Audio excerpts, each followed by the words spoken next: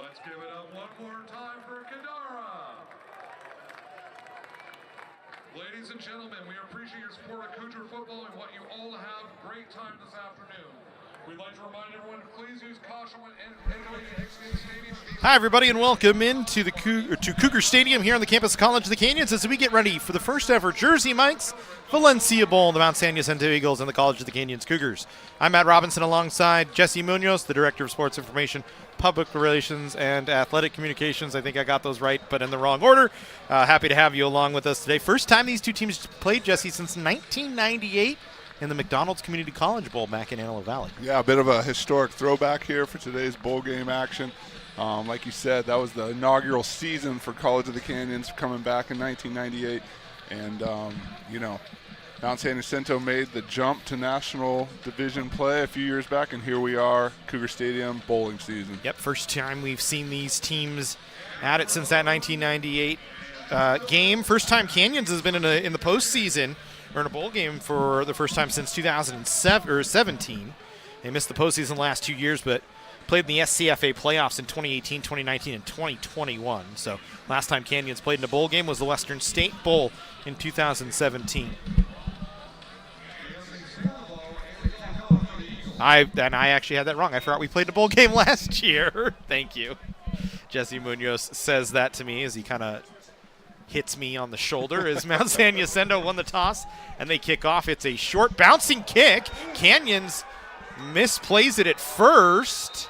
I think they came up with it, but yeah, that was a dangerous first. Yeah, Mount San Jacinto says they have the ball. Let's see what the officials have to say. They kick off. And it is Mount San Jacinto football right off the bat here. So an error on special teams to start the game for College of the Canyons. And that is absolutely not the start you want if you're COC.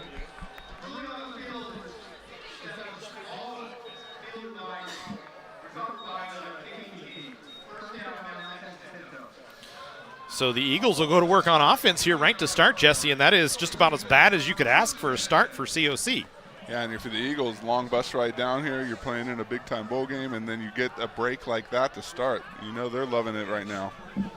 Christian Kretz is going to be the quarterback for Mount San Jacinto without Logan Gonzalez today, so the Eagles going with a different look on offense. Kretz will hand off here on first down, running right into the pile of defenders that time for the Eagles.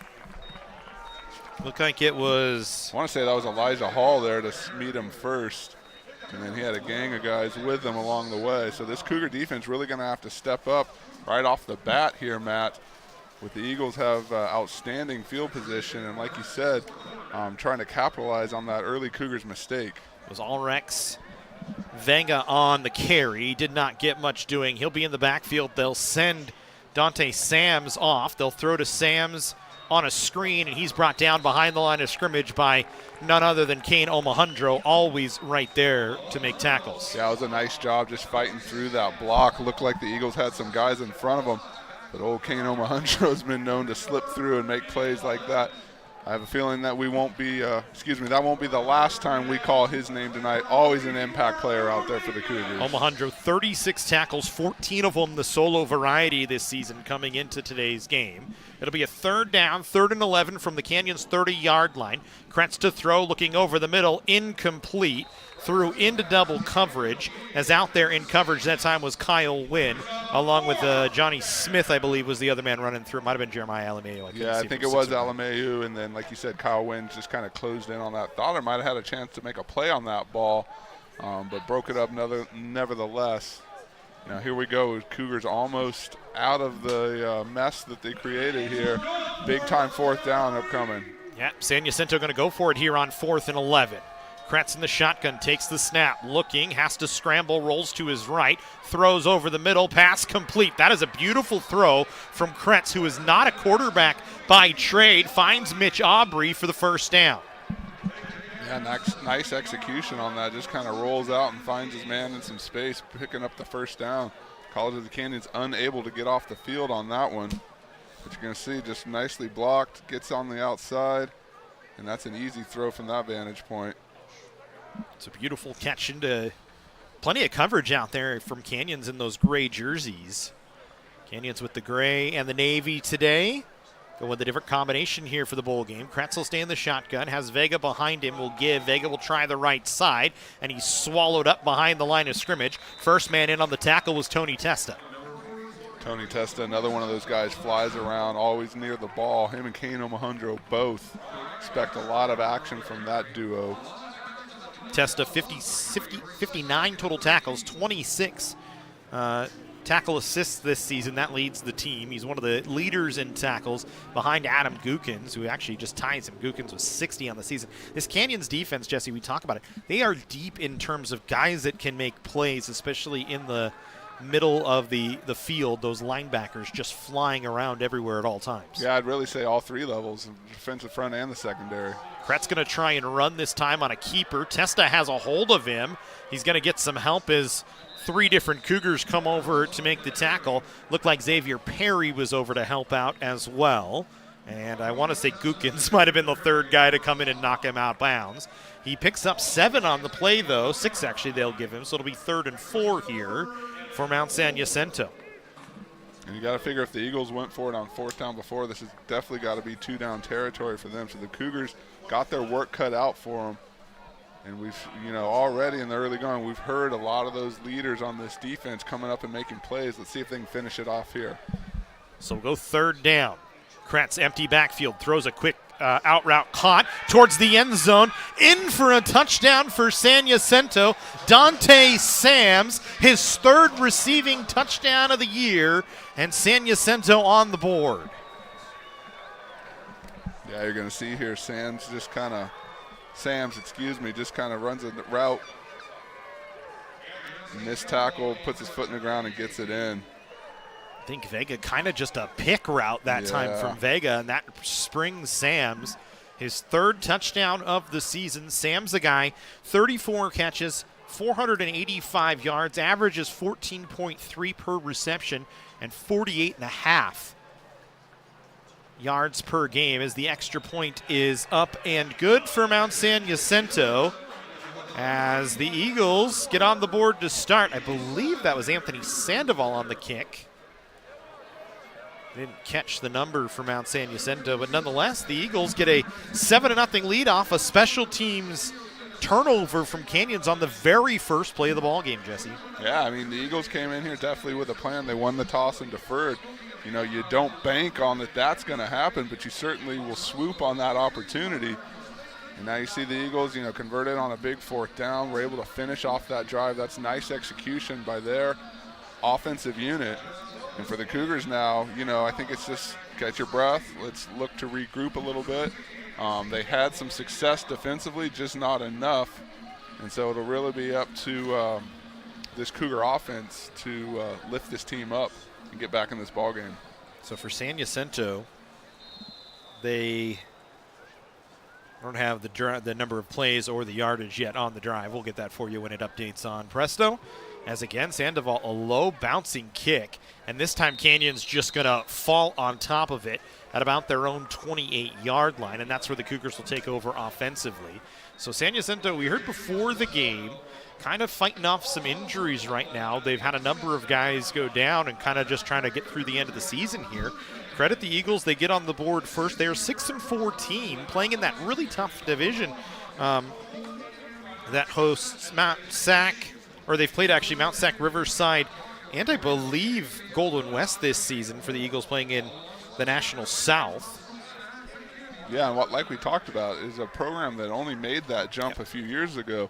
Before that, had played in the American Division Championship, and now to be able to be playing in a bowl game speaks well for them. Canyons going with Haugney to start at quarterback, and he fires one downfield, caught by Ray Hall in Mount San Jacinto territory, down at the 25-yard line, and the Cougars are in business on their first offensive play of the ball game, as Haugney getting the opportunity, the freshman out of Old Bridge, New Jersey, just his second completion on his second attempt of the season. Well, we talked about the Cougars needing to bounce back. Well, that's one way to do it. Big 60-yard gainer down the middle of the field to one of your top receivers, and the Cougars are in business. So Haugney in the shotgun, two backs in the backfield with him. He'll give, it's going to be Donovan Dunn, tries the right side, bounces it through the middle, still forcing his way ahead as he was met by a group of Eagles, including Chase Shackelford, who was the first in. But it's a gain of 9 yards, a fought for 9 yards by Donovan Dunn. Yeah, Donovan Dunn had a big performance last week at Ventura. I believe it was a season-high 79 yards, and picks up right where he left off here today.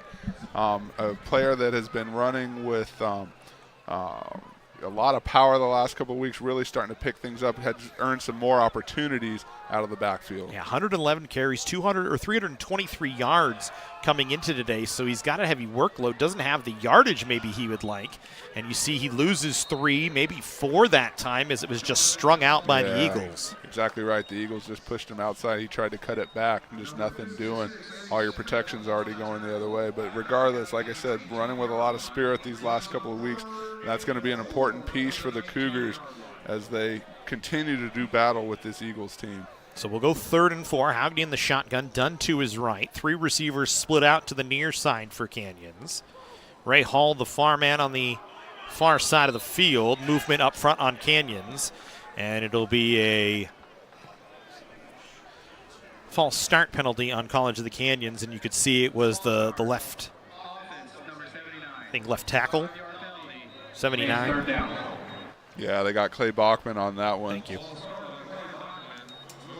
Now it looks like to be an injured Eagle down on the field. So Cougars will have their work cut out for them here. 3rd and long. Now every week when we get into this position, we talk about the exploits of Luis Rodriguez. Cougars definitely have a weapon out there, a special teams weapon. That is a pretty sure thing. But again, at this point of the game, I feel like you want to try and get that 7, even things up, and kind of hit the reset button.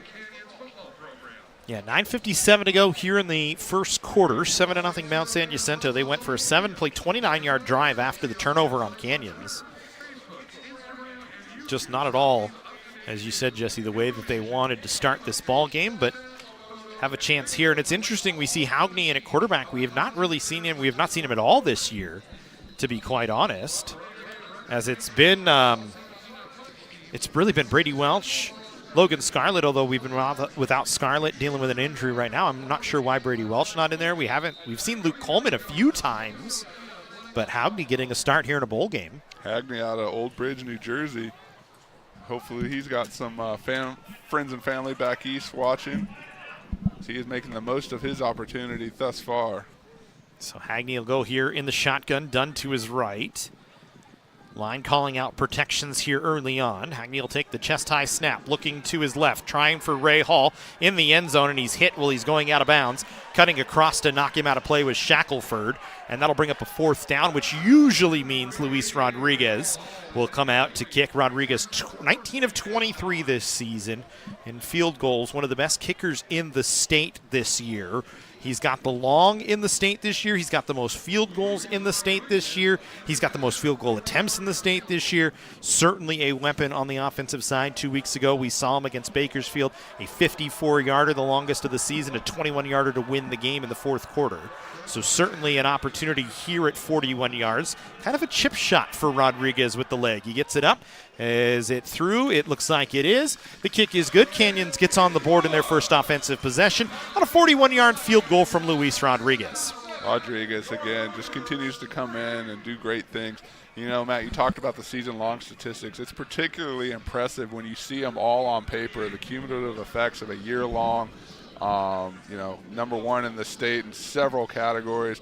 We get used to seeing them here on a week in, week out. We see the game winners. We see the jaw-dropping 50-yarders. But when you look at that body of work over the course of the season, that's just really impressive. A kid that has come in here and made a mark here on this Cougars program, like we've had kickers do in years past. So, I mean, this is definitely a place where special team specialists, you know, can come out here and really shine, work their way up to the next level. His season-high 88th point of the season as he goes for 3 that time on the field goal.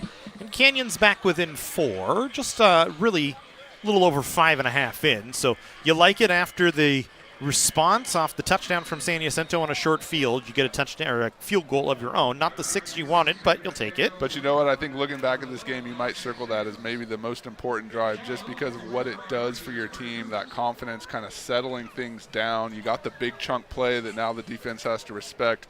You got Hanya feeling a little bit more comfortable. So let's see what happens. Long way to go. Sams will take this at the 1-yard line for San Jacinto. He brings it inside the hash marks, and he's tackled at the 15.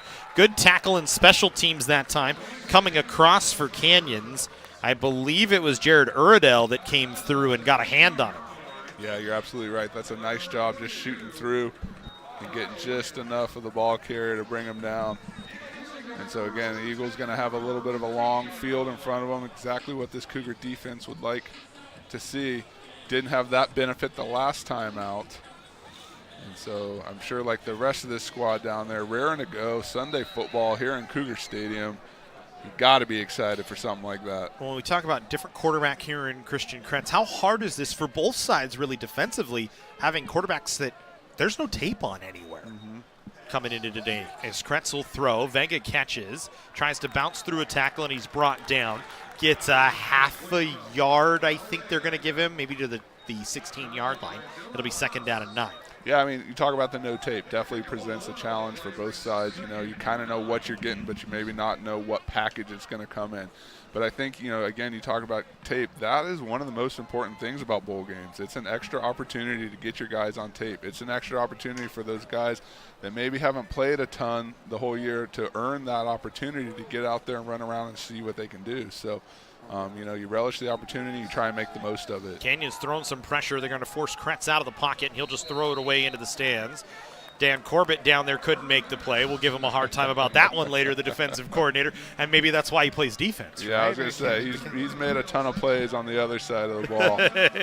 And I'm sure he'd let you know that was not his forte. Isn't that what they always say to defensive backs when they miss an interception? Well, that's why you're on defense, not on offense. Dan Corbett, a tremendous linebacker in his playing days, both at Valencia High School and here at College of the Canyons, and made his way to New Mexico Highlands. That'll bring us 3rd down here and 9 for San Jacinto from their own 16-yard line. Kretz has Vega in the backfield. Play action pass. He's going to be flushed out of the pocket. He'll try and run for it. He leaps a defender, but then is crushed. Testa running across, puts a hat on him, and knocks him down. Yeah, I mean, you leave your feet to try and clear Geekins, and then his buddy Testa comes over and just cleans it up. So that's something that will get your defense excited, get these guys excited. You pop the pads a little bit. You're going to see he gets over the first one, and then Testa just lines him up right in front of the sideline. See the excitement there. So Kretz is going to be the kicker as well today. So Christian Kretz doing it all. If you're somebody who's with a 4-year program and looking for a guy that can do multiple things, Kretz, he's a pretty good receiver as well. We'll see what he does in the punt game. This is a booming, beautiful punt. A fair catch called for back at the 30-yard line of Canyons. That is a beautiful punt from Kretz, his first opportunity of the season. And boy, he's done it all. He's a guy, 54 receptions, 598 yards, 5 touchdowns this season, playing quarterback here today. And oh, by the way, he's the punter as well now. Yeah, I mean, that's old school. You're just under center calling plays, and then it's time to punt, and you step back and boot one like that. Got to love that versatility if you're the Eagles coaching staff, someone that can help you out in all facets of the game. It's his 3rd punt of the season, had 90 yards punting before that, and that was a booming punt this time. He's probably a little too young, but Cordell Stewart, you know, the old slash out there can do it all. So Canyons will go to work on the offense for their second time today. Hogney to throw, rolls the pocket, throws, good pass and catch. Cameron Bowen in space for a first down. Nice 11, 12-yard pickup is where they spot it. It's a first down for Canyons. Cameron Bowen, another one of those guys, been a consistent weapon all year long, but especially the last couple of contests has really come out and made a mark for the Cougars. Yeah, 27 receptions, 298 yards, and a touchdown coming into today. Average is 33.1 yards per game and 11 yards per reception. That's right on the number right there as we'll go 1st and 10. Two receivers split out to each side. Dunn will take the handoff and move it to his left, trying to gain the edge, and then puts a hat on a man defensively that time, trying to step up and take the tackle. I think it was Cosio trying to knock him down, and Dunn just tried to run right through his chest. Yeah, that was a nice play, and kind of similar to a few snaps before where you see the Eagles able to string them out a little bit. That time, Dunn delivered the blow and finished that run. I think it actually – Go ahead. I was going to say, I think it was actually Isaac Brown. I'm sorry for stepping on you there. Normally you finish by then, and I was anticipating. Although we didn't get to do the last one here, so I'm a little off. I got to get used to working with you in the booth here. How can you get a run this time, or was that Coleman? I didn't see the number. The blue on gray is hard for us. It's going to be Hogney. You might come back and see a flag here on the play. Brown in on the tackle.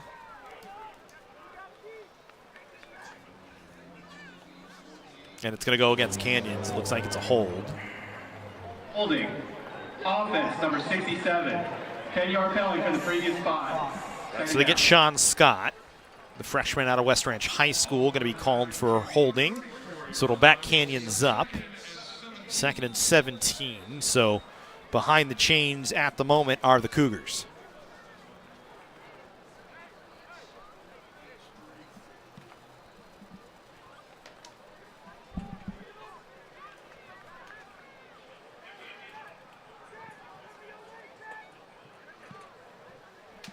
So Hogney to work here in the shotgun. Dunn to his right once again. He'll scramble to his right, rolling the pocket that way, and now he's just going to have to tuck it. Tries to cut it back the other way, and he's brought down behind the line of scrimmage. Maybe just a play where he needs to get rid of the ball at some point as Lacan Flower comes over to get him. Flower, 24 assisted tackles, 42 total on the season, and he's had 11 tackles for loss. Give him 12 now. Yeah, nothing doing on that one. He looked both directions, and immediately afterwards, you can see him pat his chest at the sideline like, that's on me. I know. He knows he's got to do better than that, but the Cougars really got their work cut out for him here on 3rd and 21. Ball spotted on the 30. Canyons needs to get to the plus 49 for a first down. Hogney will stay in the shotgun as Canyons really pretty much operates out of that unless down on the goal line as we've seen this year. Dunn this time to his left, two receivers out to each side, an obvious passing down. Hogney going to step up and throw, and he throws it out of play. Was looking on the near sidelines trying to find Cole Crawford, but just never really had a chance, and Canyons will have to punt this one away. Yeah, kind of a underwhelming drive there, never really got going. The Eagles playing a nice job on defense. College of the Canyons, we saw the first time, got the big chunk on first, and that kind of set up the rest of it. Got close enough for the field goal. I'm going to have to come up with a better combination of things next time around. Dante standing back at about his own 30-yard line. It's going to be Zamet to punt, but there are flags before the play even really gets off, and it's going to be an illegal procedure penalty on College of the Canyons here. Yeah, you don't really want to lose any more real estate, especially on this side of the field. Offense, number 39. 5-yard penalty, 4th down. So it goes against Canyons. I think they called out Datavius Bledsoe on the false start. So you back yourself up 5 more yards, and Zamet will back up 5 more yards, and Sams will move up to the 40-yard line. Zamet will get this one away. It's not a very good punt, but it's going to take a good Canyons bounce. Oh, and Sams was crushed right as he caught the football. Dangerous that time from Sams, and a big hit by Sunia Maafu to knock him down. Yeah, Maafu, that was just a bang-bang you're going to see here. A couple bounces. Maafu just got him lined up and then takes him down. That's a big-time special teams tackle. So it's a short punt for Canyons that time. Gets San Jacinto back on the defensive side of the field, and then it looks like they backed him up back to the 34, and it was a holding penalty on the return team as well. So it's tacked on to the end of the kick. So it's first down for Mount San Jacinto here.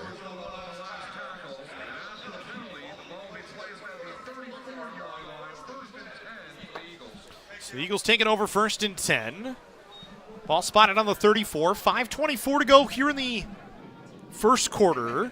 7-3 Mount San Jacinto. They scored on their first drive on a short field after a special teams turnover on College of the Canyons.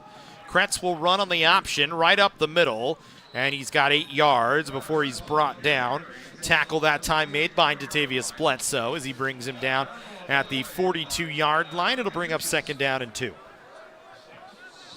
Yeah, Kretz doing a nice job out there, just finding openings, getting upfield. You've seen him roll out a couple times, make some nice throws.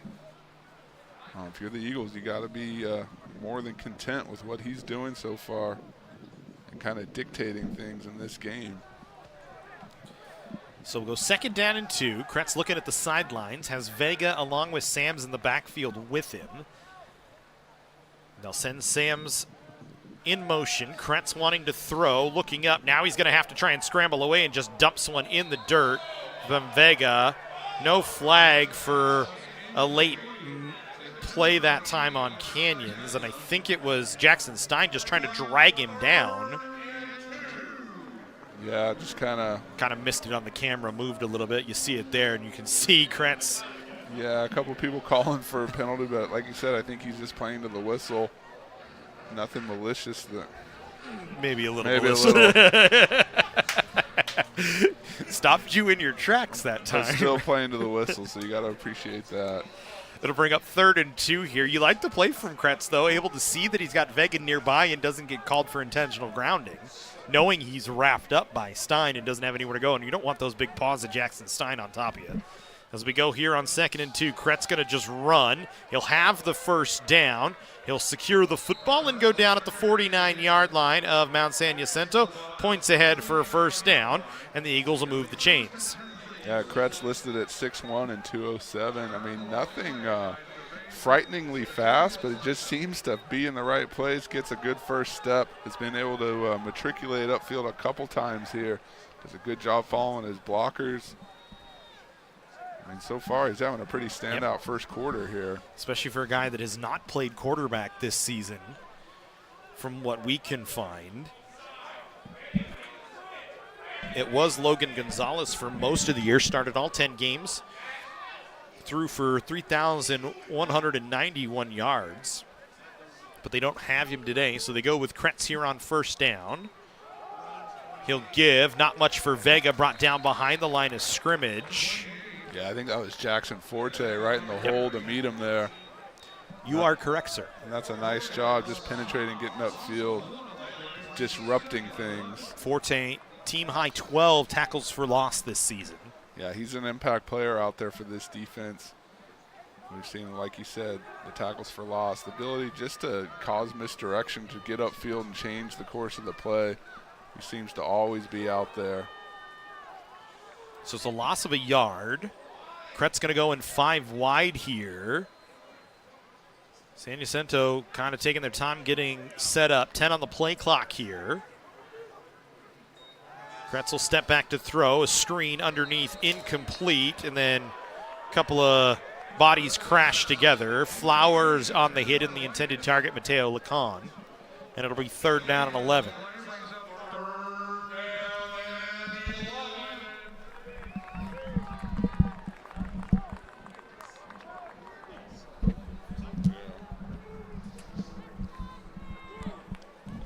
So we'll go 3rd down and 11 here.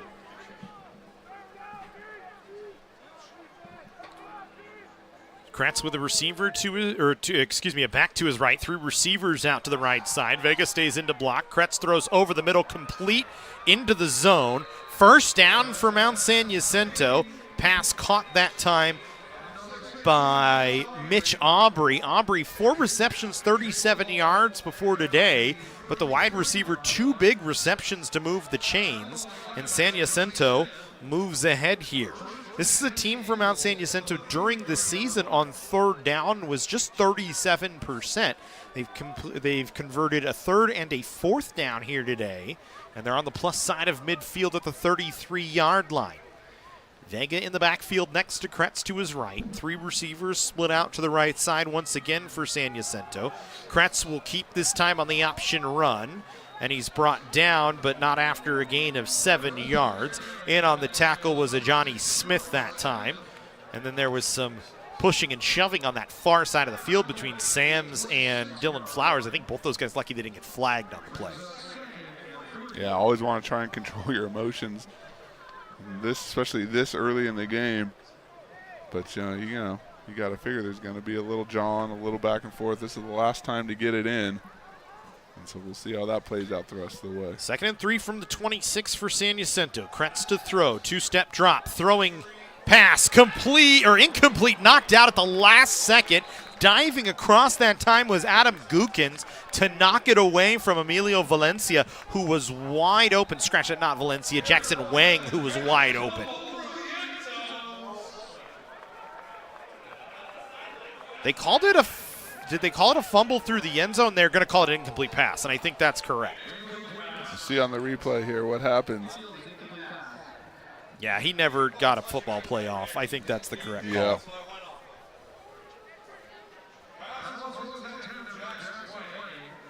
Nice job by Gukins, though, being there to break that up. Got to feel like the Eagles thought they were going to trot in on another one there.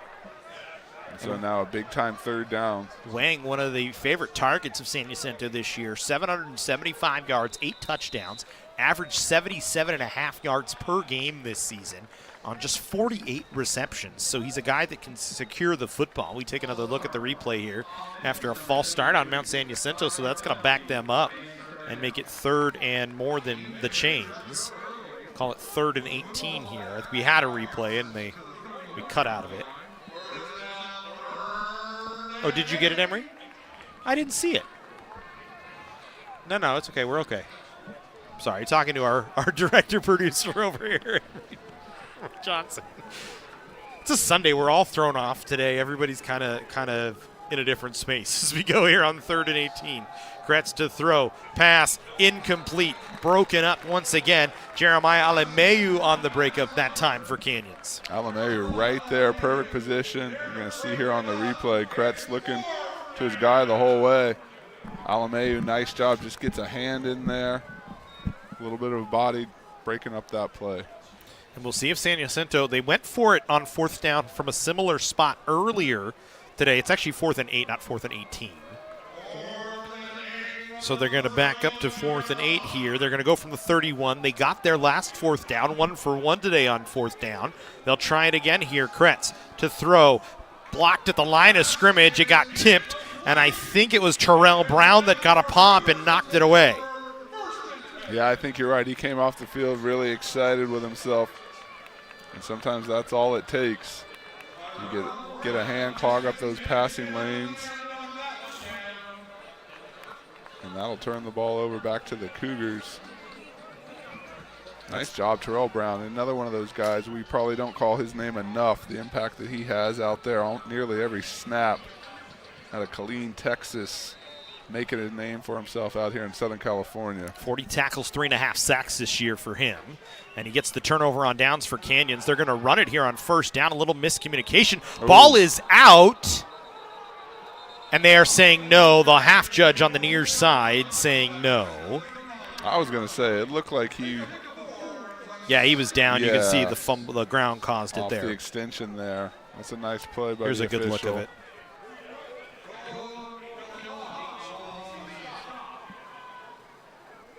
Cougars will definitely benefit from that one. Fortunately, there is no replay as well, so it'll be a 4-yard gain here. 2nd down and 6. Ball spotted at the 35-yard line. As we go here, this one a low snap. Hagney going to try and run with it again this time, and he's wrapped up and brought down behind the line of scrimmage. Kalopa was the first one there to knock him down. and it'll bring up 3rd down and 7. It's a loss of a yard. Yeah, Hagney definitely suffered the trickle down on that one. Bad snap, and then after that he tried to make the most of it, but ended up kind of getting gang tackled by a couple of 3-4 guys there at the end of things.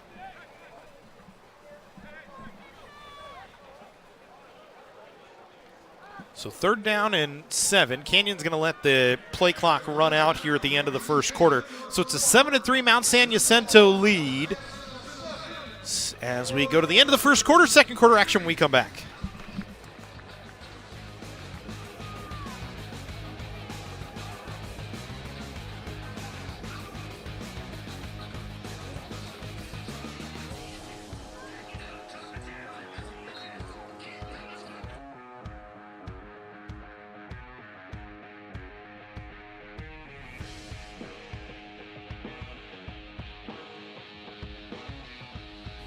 Can I get it Mike's way?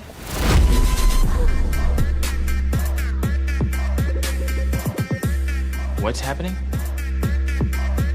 And your free sub. Enjoy. That was super weird. Oh, that? Nah. She just used the shore points you can now earn from chip and drink purchases to get free sub through the app. Download the Jersey Mike's app and earn rewards towards free subs with every sub, Pepsi, and Lay's you purchase.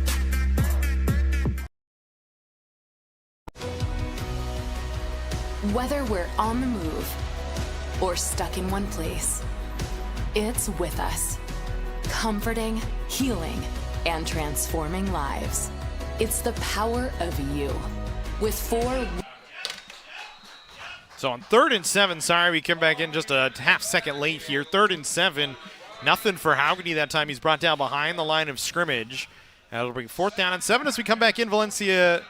The Jersey Mike's Valencia Bowl here from Cougar Stadium. Matt Robinson, Jesse Munoz here with you. San Jacinto leading Canyons 7-3 here at Cougar Stadium, the first ever Jersey Mike's Valencia Bowl. I want to give a quick shout out to Jersey Mike's for their continued partnership and support, allowing us to host this SCFA bowl game here on a beautiful Sunday in Valencia, the Valencia campus of College of the Canyons. Again, appreciate their support year in and year out. Sam standing back about the 40-yard line here. Zamet back to punt once again. This one a much better punt from Zamet, and the fair catch is going to be caught right at about the 27-yard line. I think they're going to give him the 28. There is a flag back near the 21-yard line. Zamet definitely got a hold of that one. It might be a penalty on the special teams unit.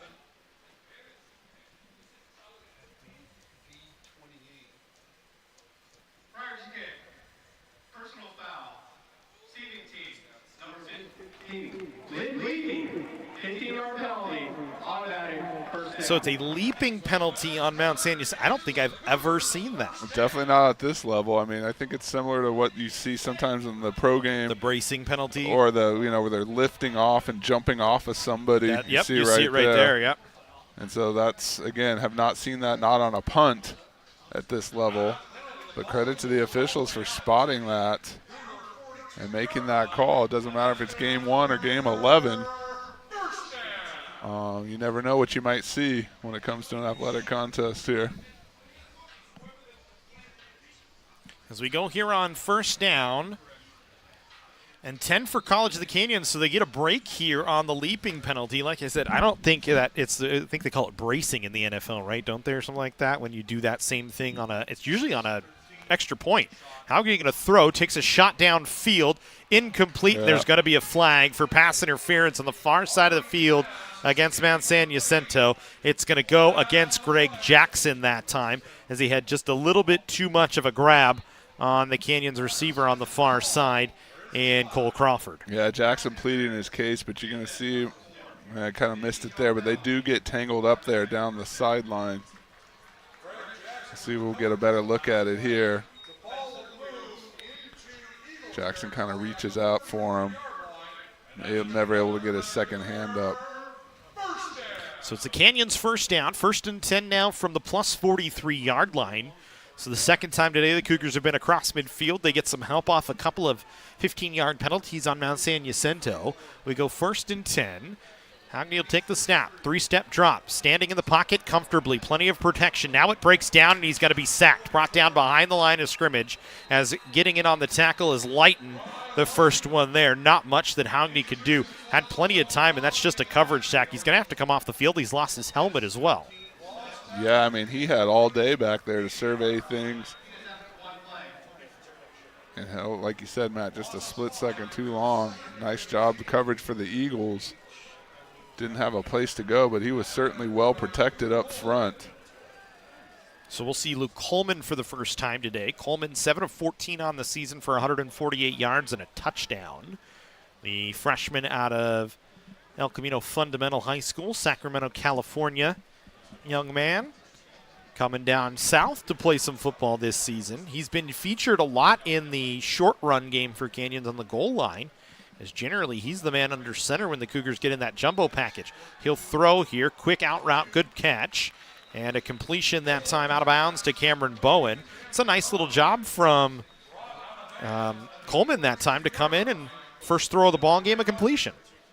Yeah, you got to be ever ready when you're playing in the backup position. And he did a nice job just coming in there, settling things down, and finding his man.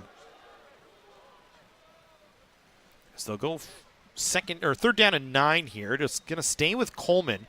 Hagney had his helmet back on, was looking like he was going to go back out, but they decided they're going to stay with Coleman for the rest of this little drive here, or at least for right now. Cougars trying to get organized here, sending 2 receivers to the far side, and Bowen and Signs. Only Ray Hall on the near side of the field. Coleman to throw, looking right the whole way. Pass incomplete. Had it in the hands of Bowen. Might have gotten tripped up a little bit by Greg Jackson, who was going back into coverage that time. Let's see what we can tell on the replay. Bowen looked to be open, coming off a catch on the last play.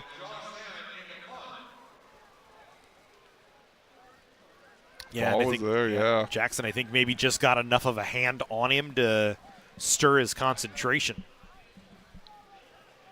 So Zamet back into punt once again. Zamet's been busy so far today in the punt game. Although his last punt didn't go as anything, so he'll go here, his second punt of the ball game. His first one was a 31-yarder. This one trying to pin San Jacinto deep. It's an end-over-end punt. And Kretz, who has done everything today, takes that one at the 10-yard line. We'll give him at the 11. Boy, what else can Christian Kretz do today? He's a football player, that's for sure. So we'll step aside. 12:14 to go. San Jacinto with a 7-3 lead over College of the Canyons. Welcome to College of the Canyons, where students become the success stories of tomorrow. Whether you're already in the workforce or just getting started, our flexible schedules are a game changer. And students don't just earn degrees. They catapult into desirable careers in top 4-year universities for just $46 per unit. Quality education without crushing debt. Ditch the cookie-cutter mold of college and make college work for you. Register now at canyons.edu/schedule. First and 10 back here at the Jersey Mike's Valencia Bowl for Mount San Jacinto. Kretz going to run it this time, cuts it to the outside, and then he's brought down at about the 16-yard line. It's a Johnny Smith up on the tackle that time for Canyons. Johnny Smith coming up and making the play and kind of just bear hugs Kretz before taking him down to the ground. Johnny Smith playing his sophomore finale here for the Cougars. Big-time player for us out of Golden Valley High School. And enjoyed watching his career here at College of the Canyons. Yeah, 32 tackles this season, 2 pass breakups, had an interception as well, had a fumble recovery. He's had kind of an active year in that defensive backfield. Usually a guy that we look at as a lockdown defender in the pass game, and teams generally go away from him as much as they possibly can. That's how good a Johnny Smith has been. Kretz going to run on the option this time. He's got room, and he's going to have a first down after the 25-yard line. Canyons, I think, kind of got confused on the defensive front that time, Jess. Well, yeah, a lot of pressure there. Jackson Forte kind of leading the charge. We'll see if we get a look at it, but can't tell if that was just a confusion for the Cougars or a nicely schemed blocking up front, because Kretz came around the corner and had a big-time opening to get upfield. So, again, credit to this offense. They have come ready to play, and even though the low score thus far, have been able to do some things against this Cougars defense. That possession is even right now. 8 minutes and 57 seconds for Mount San Jacinto. 8 minutes and 48 seconds for College of the Canyons. But San Jacinto, the only touchdown, came off a short field. As they go to work here on a first down, they'll hand Vega, waiting for some extra help blocking, and he's brought down by a strength of Cougars. First man in there that time was Jackson Stein. Stein, 7.5 tackles for loss this season, so not surprised to see him around the ball. Yeah, Stein, again, another one of those local kids, had a tremendous career here for the Cougars out of Valencia High School. Called his name already a couple times. Wouldn't be surprised if we call it a few more. As we'll go here on second down, it's a 1-yard gain for Kretz, who's been good in the passing game, 5 of 12, 43 yards. Better in the rush game, 7 attempts, 51 yards, averaging 7.5 yards per carry right now as he'll wait in the backfield, takes the chest-high snap, a 3-step drop, wanting to take a shot downfield. Pass complete, and it's a first down into the hands of Jackson Wang, and you're not going to see a Johnny Smith get beat very many times. That's one of the few ones we've seen this year. Yeah, and you're going to see here. This is the previous play on the blocking scheme. But you're going to see Kretz just does a nice job floating it out to the receiver. Like you said, just got a step on a Johnny Smith. Sometimes that's all it takes. But that's a nice ball again, well protected. And a nice pitch and catch for the Eagles. So 1st and 10 for San Jacinto. Movement on the offensive line, so they'll back themselves up. And I think it's kind of a day for San Jacinto. If they're on the plus side of the field, it's going to be a lot of going for it on 4th down. It seems they don't have their full complement at the kicking game as well. We've seen Anthony Sandoval kick off and have the extra point so far today. But they've had 2 4th downs in field goal range and gone for them both times. So I think that's kind of where we're at, unless they're punting. They're going for it here today. But it's 1st and 15 for right now, so we'll get to that as we go on. But it's important to note as they move themselves back on that first play, and there's nothing for Kretz to do that time. He ran right into a wall of Cougars, and it's, again, Terrell Brown who's the first one there. Yeah, Terrell Brown leading the pack for sure. Saw Elijah Hall in the neighborhood. So the Cougars really starting to get after it a little bit on this defensive front. 2nd down and 15. Ball spotted at the 39-yard line. And it's actually 2nd and 18. Waiting on the clock to set itself here. San Jacinto trying to move some players around here. Still plenty of time on the play clock. They switch sides for Vega. It's 5 wide. Kretz, now he's going to roll. He's got all sorts of green grass in front of him. He's going to be close to the first down marker. They're going to spot him short of it at the 23-yard line, but it'll bring up a 4th down and short here for San Jacinto. And you saw a little bit of that extra burst there from Kretz. Saw the opening, Matt, just exactly when you called it, and kind of just took off up the field, tried to get the most that he could. Brings up a nice 3rd and very manageable here. 3rd and 2 here for San Jacinto. They go 5 wide again. Canyon's not showing a lot up front. Just now they're going to bring some extras, it looks like. Little jailhouse, and Testa misses on the tackle. Kretz just fires one in the air, and it's knocked away by a Johnny Smith. So Smith getting some retribution that time after Max Hunter and him both went up for it. Well, Kretz, again, got away from that one. And then was just able to chuck it up and almost hit pay dirt with that. So kind of everything working in the Eagles' favor right now. They go 4th down, and again, I think it's going to be a situation where they're going to go for everything here today. And why not? I mean, it's a bowl game. This is it. You're pulling out all the stops, no play left unturned, getting everybody some action out there. 1 for 2 on 4th down today. They cashed in on the first one. The last one they didn't have anything going, and I think they're going to take a timeout here as head coach Casey Mazzota going to talk things over just a second here for San Jacinto, their first timeout. It's a 4th and 2 from the 23-yard line, 7:29 to go here in the first half. It's been an interesting one so far here, Jesse. Canyons a turnover on the first play of the ball game, a miscommunication in the special teams game on a short kick from Sandoval. That led to a San Jacinto touchdown on a 7-play, 29-yard drive where they took 3 minutes off the clock. Canyons gets back on the board on their next drive with a 49-yard field goal from Luis Rodriguez, a 41-yard field goal, from Luis Rodriguez, and since we have not had any scoring. Well, and I think that's why you take the timeout here. You got a 4th and short. You're obviously going to go for it, but imperative that you execute. I mean, the Eagles with a real opportunity here to seize control of this game, not just from a score standpoint, but from a purely momentum. You know, halfway through the second quarter, you're getting the ball back at halftime, after the break at halftime. And so, again, you force the issue here, you get more points on the board, and the Cougars are really going to have to rally and rally quickly to get back in this game. It's an extremely important thing to note is that San Jacinto won the toss, deferred, got the ball right away anyway. So we go here on 4th and 2, ball spotted at the 23. Vega, they're going to try a little trickery here. Now they'll continue on the run, and they're not going to have it this time as Canyon's able to string it out. And this time coming across JoJo Massey with some help from his friends that time, Terrell Brown there as well. Yeah, JoJo Massey again, we just met the intended passer, wrapped him up and took him down. Representing Novi, Michigan out of Detroit Catholic Central. Another one of those guys made a ton of plays throughout the year. Aubrey took some punishment that time. That was the guy that was looking to throw the football. I mean, he got wrapped up and slammed down to the ground.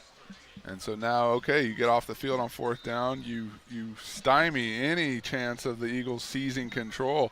And after College of the Canyons, you're looking for a prolonged drive. Come down here and get some points of your own. Agnew back in there, quarterback here for Canyons. He's going to scramble and run this time.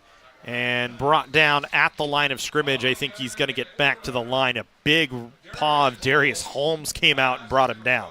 Yeah, Darius Holmes had him by the jersey and then just kind of slung him around. And so some exchanging blows here, big-time hits on these respective defenses. And again, we talked about it. This is game 11. This is it. There is no tomorrow in terms of going on to play, so it's leaving everything out here on the field, making your mark on tape, and seeing where things shake out at the end. As we go here on 2nd and 10 for College of the Canyons. Agnew out to Dunn, and it's a loss of 5 yards that time. As well out on the tackle, it looked like it was Lampley that time. Yeah, Lampley either sniffed that one out or just had a key and read it and went, because he was right there on that play. And so, again, the Cougars, you talk about let's get a sustained drive. Here we are at 3rd and 15, still struggling to get things going here. There's only one other game in action today, and it's already final. Allen Hancock and Golden West. Golden West a 28-7 win, scored touchdowns in each quarter to beat Allen Hancock. So this is the only game we got going in the 3C2A today. Canyons to go here on 3rd and 15. Agnew going to try and run, escapes one man, gets across the 40. Now the 45 to the 50. He stumbles over the 50-yard line but falls down at the plus 45, and it's a big run for a first down. Yeah, I like that. And once he made the decision to run, he was gone. Showed a little bit of an extra burst there. A lot of room in front of him. And then, like you said, just kind of broke that one, and then just kind of, I think his own momentum kind of went down.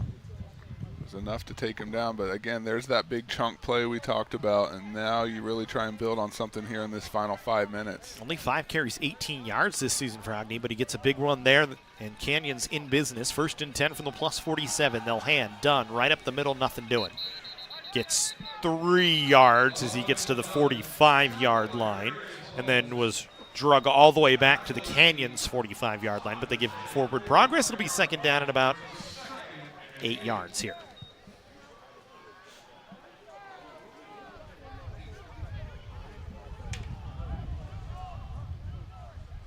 Not the quick strike offense we've seen for most of the year from Canyons here. As with a different quarterback in there, and they've had 4 different ones all season. You talk about Brady Welch started the season. Logan Scarlett came in before his injury and played really well. And now you see Hagney and Coleman both getting an opportunity here in the bowl game today, so it's been a different look. Still plenty of weapons on the outside. We haven't seen any of them really get involved for anything big other than a catch from Ray Hall early. Here's a chance, and Dunn on the wheel route. He's got it at the 20-yard line. Still on his feet. Breaks a tackle into the end zone for a Canyons touchdown. Donovan Dunn. And Canyons has the lead for the first time today. And almost on cue, Matt, we talked about the quick strike offense. Well, there was the strike.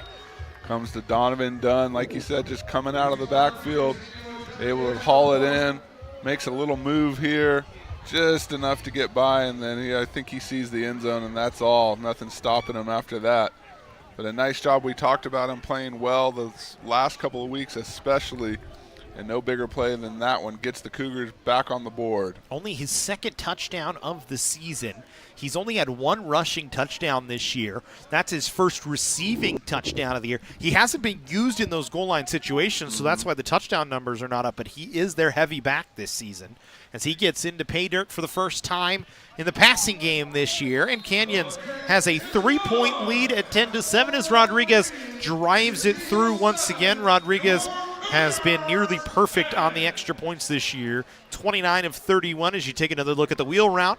Touchdown from Donovan Dunn on a pass from Hagney, his first college touchdown pass for Owen Hagney. And it's a big one for College of the Canyons as they take a 10-7 lead, a 45-yard catch and run. Yeah, nice little combination there. It's a perfect touch, and then Dunn just gets it and does all the rest. Like I said, I had a feeling once that opening presented itself, he was not going to be denied. And he followed through for us on that one. Nice job. So 10-7 lead, 4:12 to go here in the first half. The Cougars just threw a mouth guard towards the sideline. Sorry. Amon Fisher, I think, just fired a mouth guard back towards the 20-yard line. I think it was his. He was upset with something. Sometimes that can make all the difference. You got to be comfortable out there.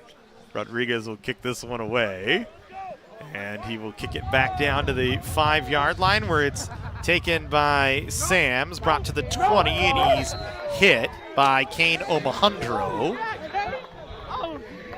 I don't know. I can't say enough about Kane Omohundro over the last 2 years. He finds a way to make big hits in the most strange spots, but just finds a way every time. Best way we can say it, I mean, he's a football player out there. He's always in the right position. He's a leader on this team. He's not afraid to come up and make the hit. He's good in pass coverage. He's had a couple games with interceptions. Heck, they even give him the ball on the goal line and let him run it in. So, you talk about one of those guys that's just a cut-from-the-cloth football player. That's Kane Omohundro. Continues to do great things for this program, and I'm excited to see where he lands on the next level. He's got that Troy Polamalu flow going as well out the back of the helmet. Always easy to spot, which makes our job a lot easier up here in the booth. Kretz on first down, not much doing as he runs into the pile, and he's brought down at the line of scrimmage. As I think JoJo Massey was the first man with a big arm around him, brings him down. It's a gain of maybe a yard. I think they might have given him the line of scrimmage. They say no gain, so it'll be a tackle at the line that time. 2nd down and 10. Just going back real quick to Omohundro, another one of those things, he's always a kid that's willing to do an interview, always willing to talk on behalf of this program. Just a leader on campus and in the locker room for this Cougar team. 2nd down and 10. Kretz with an empty backfield. We've seen it. He's been dangerous out of this empty backfield set this year. A couple extra tight ends and blockers in there for Mount San Jacinto. Kretz to throw, looking over the middle. That one was just into space. It was a busted route, and he's lucky it was incomplete as Gookins couldn't get across to pick it off. Yeah, I thought Gookins might have had it, but like you said, just a little bit too far out of his reach. And so another 3rd down. Cougars really starting to play with some intensity here. Would love to get another crack at things offensively. It's about buckling down here, getting off the field on 3rd down.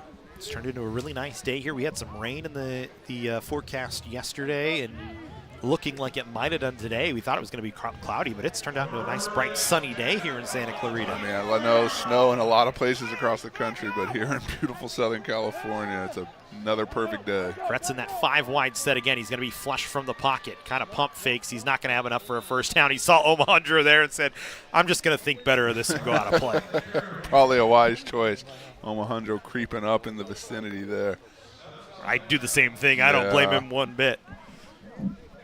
So it'll bring up 4th down here for San Jacinto and about half the chains, and we'll see if Kretz stays out there to punt as he did earlier today. And he had a booming punt in his first punt opportunity. Yeah, I'm kind of curious to see him get another one off and see if he just got a hold of one, or is that's truly something in his skill set. Something leads me to believe, from what we've seen so far, it's something he's accustomed to. 48-yarder in his first. This one he misses. Well, maybe I jinxed him on that one. Yeah, you jinxed him there. I don't think this ball is going to move much past the 35-yard line. And again, the Cougars will take that. We talked about trying to get another crack at things offensively. Nothing like a short field to kind of aid that mission. So it's a shank for Kretz that time. And, you know, again, I can't say anything bad about the kid, though, playing quarterback, punting, receiving punts, and he's a wide receiver by trade, it seems, but it'll help Canyons this time as they'll have an extremely short field at the 30-yard line for Hogney and company to work here on 1st and 10 with 2:53 to go. All 3 timeouts at their disposal and the 2-minute timeout. So the Cougars a chance to try and extend their lead, sitting at 10-7 right now. Pistol set this time for Canyons with Dunn behind Hogney. Play action pass, looking to his left, throwing towards the end zone. Oh! One-handed grab by Signs, and it's a Canyons touchdown. Put that one on the highlight reel for JT Signs. My goodness, what a catch that was. Just coming out, like you said, with the one hand, extends and hauls it in the corner of the end zone.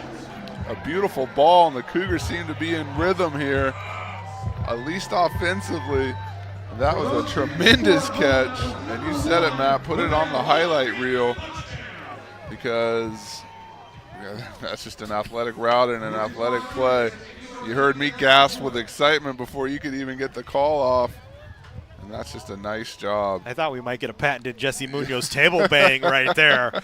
Had excitement, didn't get one. I was too excited. The bang's usually when I'm mad, but that was a nice job. Rodriguez here for the extra point. It was not handled cleanly, but again, Rodriguez cleans it up. Samet had kind of a look on his face. Here we take a look. Nice ball, perfect touch on it. And he just extended right out there. Made it look nonchalant and easy, as if he intended to catch it with one arm. Not that he was necessarily forced to. Clip that one out, because that's a big-time play from a big-time player. JT Sands, nice job, young man. And you talk about getting this sideline excited, seizing momentum. Just a moment ago, the Eagles had their opportunity to do so. In the last 3.5 minutes or so, College of the Canyons has completely ripped control of this game. 2:45 to play here in the half. So it was a one-play drive. So 30-yard touchdown pass. Second touchdown pass of the game for Hogney. Canyons took 7 seconds off the clock on that one, and it is highlighted by the one-handed catch from JT Signs. Hey, and that'll work. We talked about the quick strike. That was it. That's the epitome of it. You get the ball back, you chuck it up, and you find yourself in the end zone and leading 17-7. Zams will take this one back at the 1-yard line and bring it out from there for San Jacinto on the near hash. Still on his feet, and then brought down by a group of Cougars once again. Omohundro, one of the 3 in there that time. I mean, Mackenzie Parks, I think, might have been in there. I think I saw 30 in there maybe on the return team. But well, it's funny, too. Omohundro in on the play, just rolls up, pops up, and immediately goes to his position in the defensive setting and is ready to play. It's almost like if there's a tackle in the middle of the field, you can assume it's him or Tony Testa, and that's all you really need to know. Yeah, one of those guys definitely flip a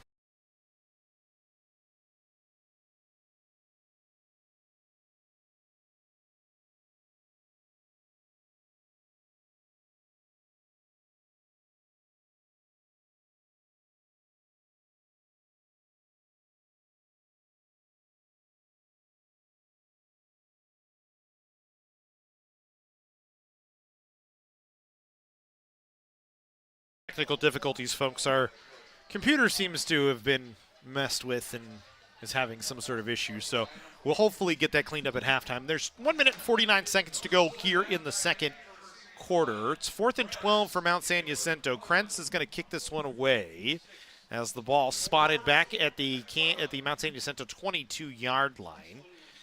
Canyons has Signs standing back at about the 37-yard line. This is a much better punt from Kretz this time, and Signs will call for the fair catch and take it at about the 48.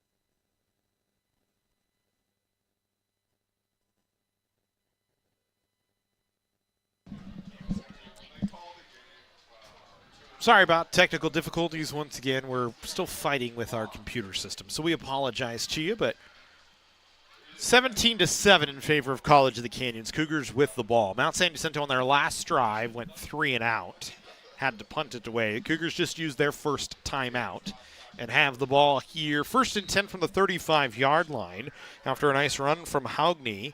Got himself a nice little gain, has 9 carries, 26 yards today. He's going to throw looking towards the end zone, but he threw it behind Chaz Hilst. I don't think Hilst ever saw that.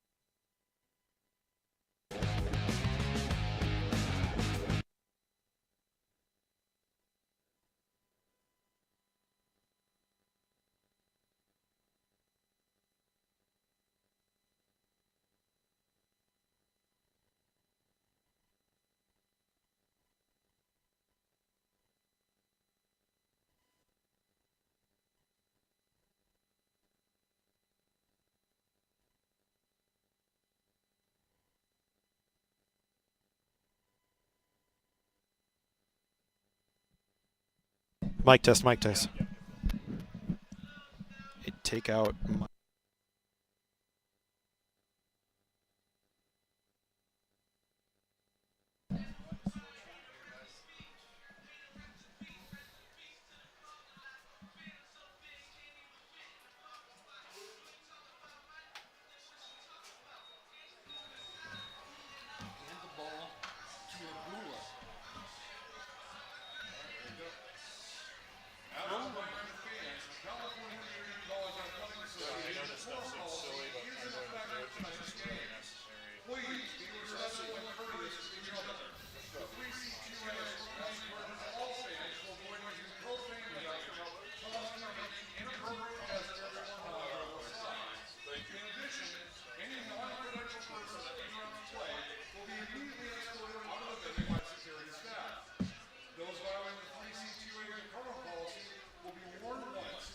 Subsequent violations of the forum policy will result in ejection from this closed venue.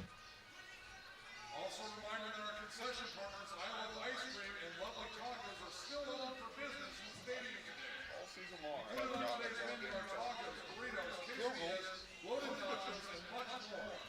Along with an assortment of ice cream, popsicle, snack, and candy, water, and beverages. Vendors are prepared to accept both cash and credit tap payments, so be sure to stop by for all your in-game concession needs. Are you in need of some new football spirit wear? Be sure to visit the merchandise booth at the entrance to the stadium. We've got hats, shirts, sweatshirts, lanyards, and bracelets, with all proceeds for lesbians benefiting the Canyon Football Program.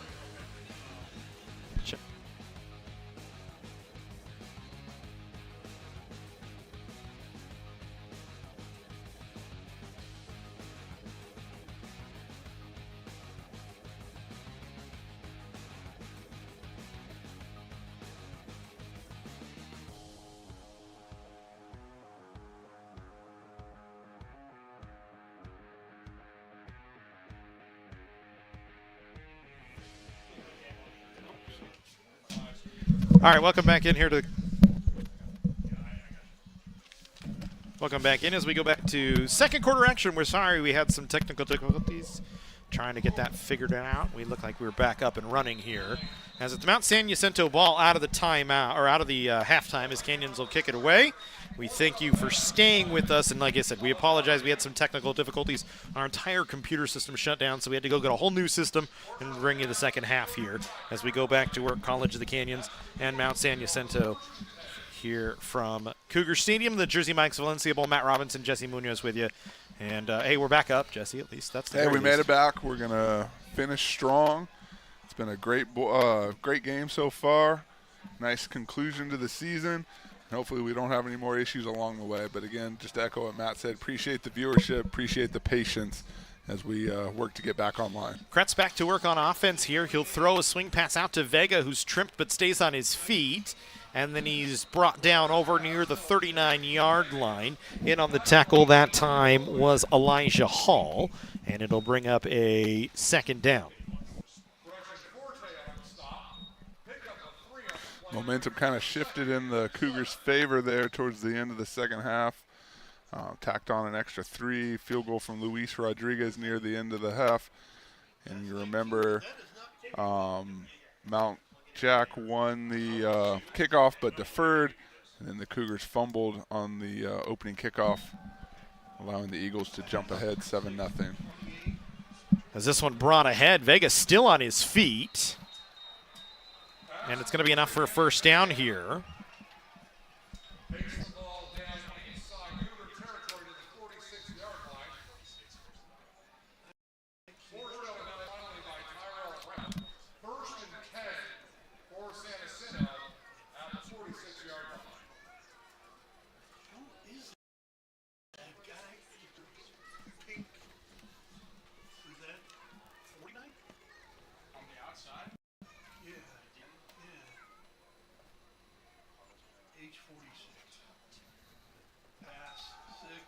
As here's a throw. Kretz throwing downfield, looking for a man, incomplete.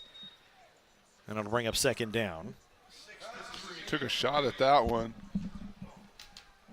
And you look for the Eagles here, a little bit of urgency here offensively, like we talked about. Got the early start on the special teams miscue, but not much doing after that. Have found some limited success along the way. Looked like they had another touchdown that ended up being an incomplete pass. And the Cougars defense really stepped up down the stretch here in this first opening half. And so we go here on 2nd down and 10. Sorry, we're still scrambling to kind of get us set up and ready to go here. Kretz with 2 backs in the backfield this time. He'll keep it himself. Good keep that time, as there was a man right in the backfield to blow it up. I believe it was Jackson Stein.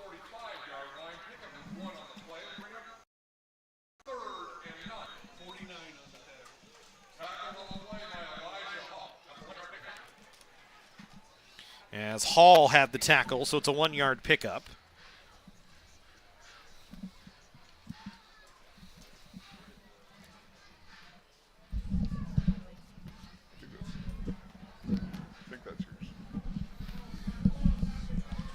As we go here on 3rd down and 9, but there's a flag before the play, or a whistle before the play. I think Canyons took a timeout. So the Cougars are going to take a timeout here, Jesse. It's 20-7 in favor of College of the Canyons, as the Cougars got a field goal, I believe, at the end of the first half while I was running around trying to find equipment. I did my best to catch him up on that. It's definitely another Luis Rodriguez 3-pointer. So give him 91 points now on this, or 90, no, sorry, 93 points now in the season. He's had 2 extra points today. Yeah, he continues to rack them up no matter when they need them. And so like we were talking about, the Cougars just really kind of capitalized there on those last few minutes. And now the Eagles looking to bounce back. We still got a long way to go. This should be a good one. The stadium lights are on here at Cougar Stadium as we start to settle into the twilight hours.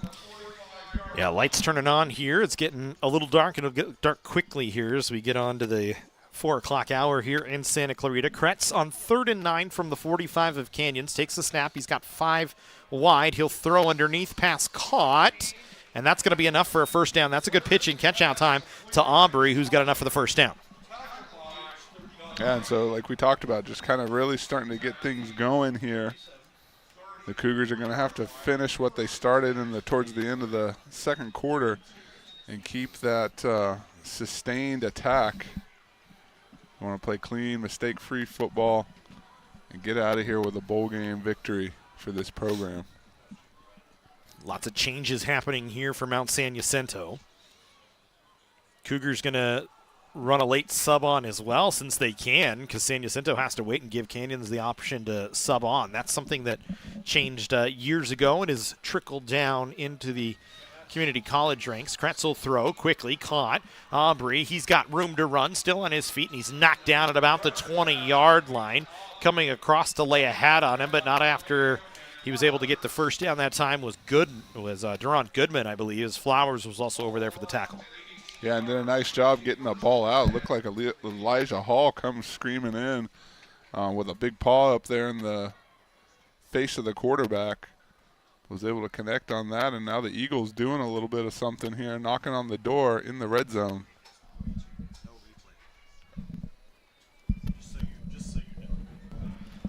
As we'll go here on 1st and 10. Ball at the 18 here for San Jacinto. Kretz will take the snap, looking to his left, throws a fade route towards the end zone, and it's broken up, but they throw a flag on Dylan Flowers. That one's tough. I mean, we're not going to have the benefit of replay anymore because our system has been re-racked, so we don't actually have a replay system available in Flowers its own. Looked like he was there step for step. See if the officials, they're talking about it. Maybe the flag came from elsewhere in that secondary. But we'll see what they have to say for themselves.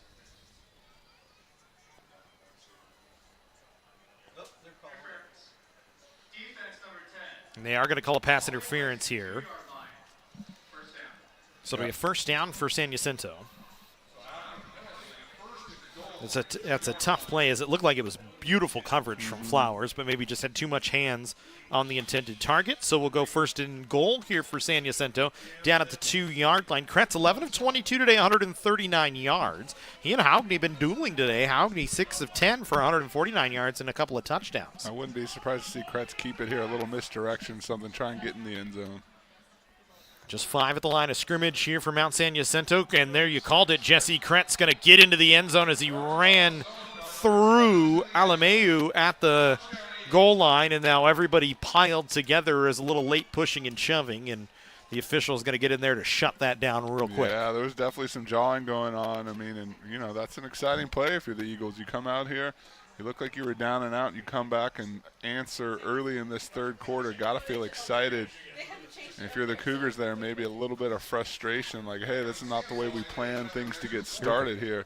Like we talked about, a long way to go. Extra point upcoming. So extra point attempt for San Jacinto. Sandoval going to take it. The left-footed kicker has enough to get it up and through. And it'll be a 6-point game, 20-14 with 11:09 to go here in the third, just underway in this third quarter. Jersey Mike's Valencia Bowl here on SoCalCollegeSports.com and the Cougar Sports Network. We thank you for sticking with us again, folks, through our technical issues, but we've got a system that I believe won't shut down. The Black Magic ATM now in here to try and clean us up, kind of like a relief pitcher, Jesse, as we saw in the playoffs. Well, I just like you dropping names on the software and equipment. It sounded big, bad, and important. Tried. But like you said, it's our pleasure to bring these games to you, and we do appreciate that viewership. And we'll get things dialed in here. We got a crack team. Things just happen sometimes, and at least it's week 11. And didn't happen earlier on in the season. But here we go. Should be a fun one down the stretch, and still a lot of great football left to play. And San Jacinto will kick it off. We've seen San Jacinto with 2 kickoffs that have gone low to the ground, and Sandoval again just squibs this one. This time the Cougars will field it at the 10-yard line, and they'll bring it out from there. And there was a whistle before the return even happened. They're calling a touchback. The ball will be placed at the 25-yard line. I think they were saying there was a fair catch called for by Canyons. I think they nailed it inside the 5. That was a fair catch. Yeah, I mean, that's probably the only explanation there. Ted Ascenda was hot. Yeah. he was running up the sideline angry. But definitely requested an explanation on that one. And I mean, the return was right about to the 25 anyway, so. And that's where Canyons will take over here in their first drive of the second half. You know, and I think, too, as the game goes on, we're now in the second half. You just gave up a touchdown. Little things become infinitely more important. Field position, yards, it's a game of inches. You want every piece of real estate you can get. And now we'll see what the offense can do here. Ogden to throw. Hit as he throws. Was looking down the far sideline towards Cameron Bowen, but it's incomplete. And it'll bring up second down. Bowen, one of those guys they keep going to, has found some success earlier in the game. I think let one get away from him as the first half progressed. But again, one of those weapons that they continue to look to, him and Sains. And haven't seen Damari Smith out there today. A couple of the other regulars, Devin Dunn out there getting some play. So Cougars, again, like we say every week, a lot of weapons to look to. It's a matter of who's willing to execute. 3 wide and a tight end in there for Haugny this time. He'll keep on the option as Canyons faked the end around with Ray Hall. And then one of the offensive linemen trying to sell something late.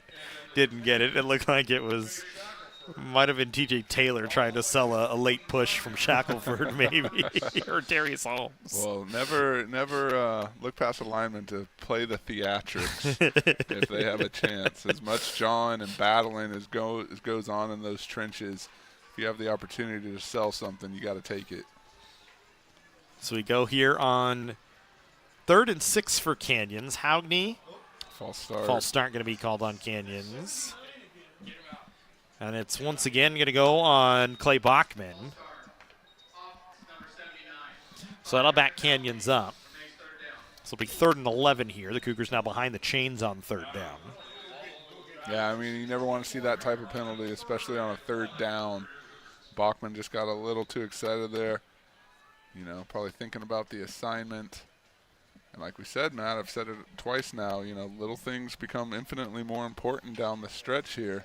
Cougars do not want to punt this ball away and get off the field, looking for something sustained. And so with that comes the extra pressure from all 11 men on the field.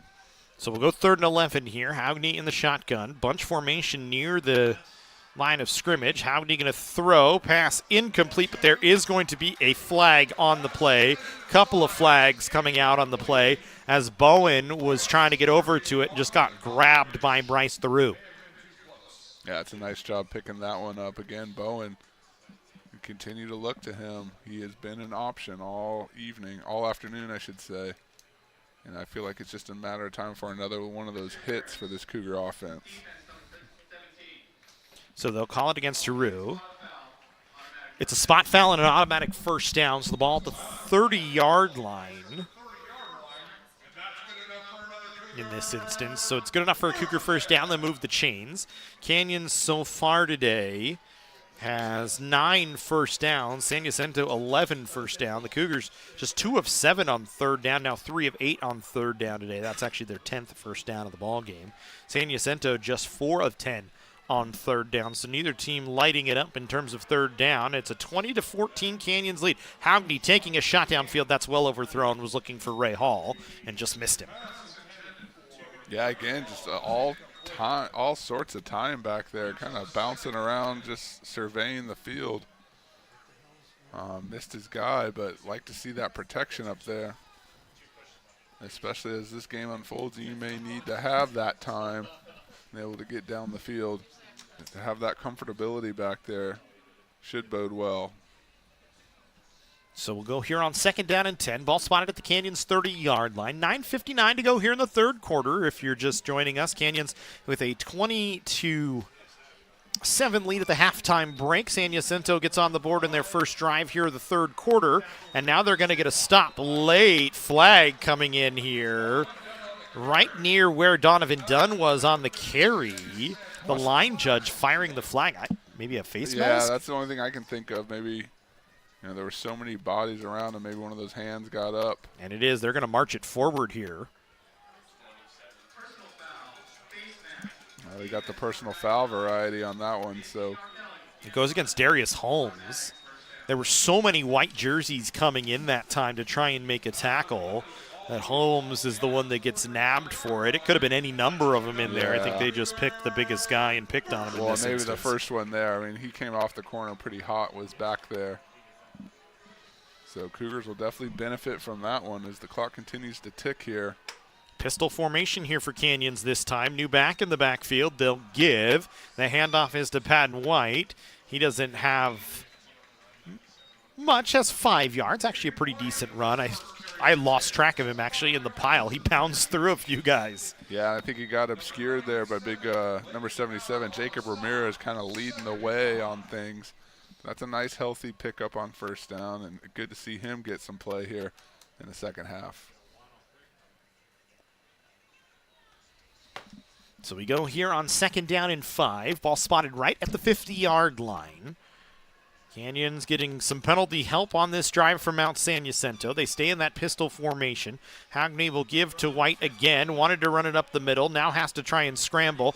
And he is brought down this time by a convocation of Eagles as they're able to bring him down at the line of scrimmage and behind it all the way back to the 47-yard line. Yeah, just too many Eagles in the area. It looked like there was 2 or 3 guys that either just beat their man or shot the gap or whatever happened. They were able to slip through and just meet the ball carrier there. Credit our broadcast scoreboard operator, my wife Amy Robinson, with the vocabulary lesson for today. Convocation of Eagles, a large group of Eagles. We do this every week now. It's now become a thing. I'm going to have to continue it. As we go here on 3rd and 8. Ball spotted at the Canyons 47-yard line. They go in a traditional set in the backfield. Howgney to throw. Pass caught. Signs not going to have enough for the first down. He'll be marked 2 yards short at the Mount San Jacinto 47-yard line. And now it's a decision here for they're Canyons. Thinking about it a little bit.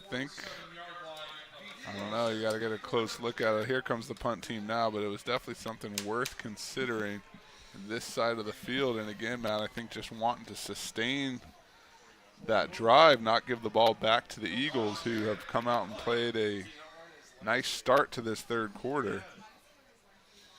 I think they're going to play. They just wanted to play the field position game is what they decided was the best option. Kretz standing back at his own 13-yard line. Christian Kretz, who's done it all today. Zamet will punt this one away. This one a spiraling punt that's going to take a Canyons bounce at the 15, rolls back to the 1-yard line, and the Cougars just could not keep it out. They had the bodies there, 6 gray jerseys around it, as you can see on your screen, and they just could not keep it out of the end zone. It's one of those things where you do everything right. Everyone's in position. Everyone runs their lane, gets down there, and, hey, the ball doesn't cooperate and just kind of squibs into the end zone.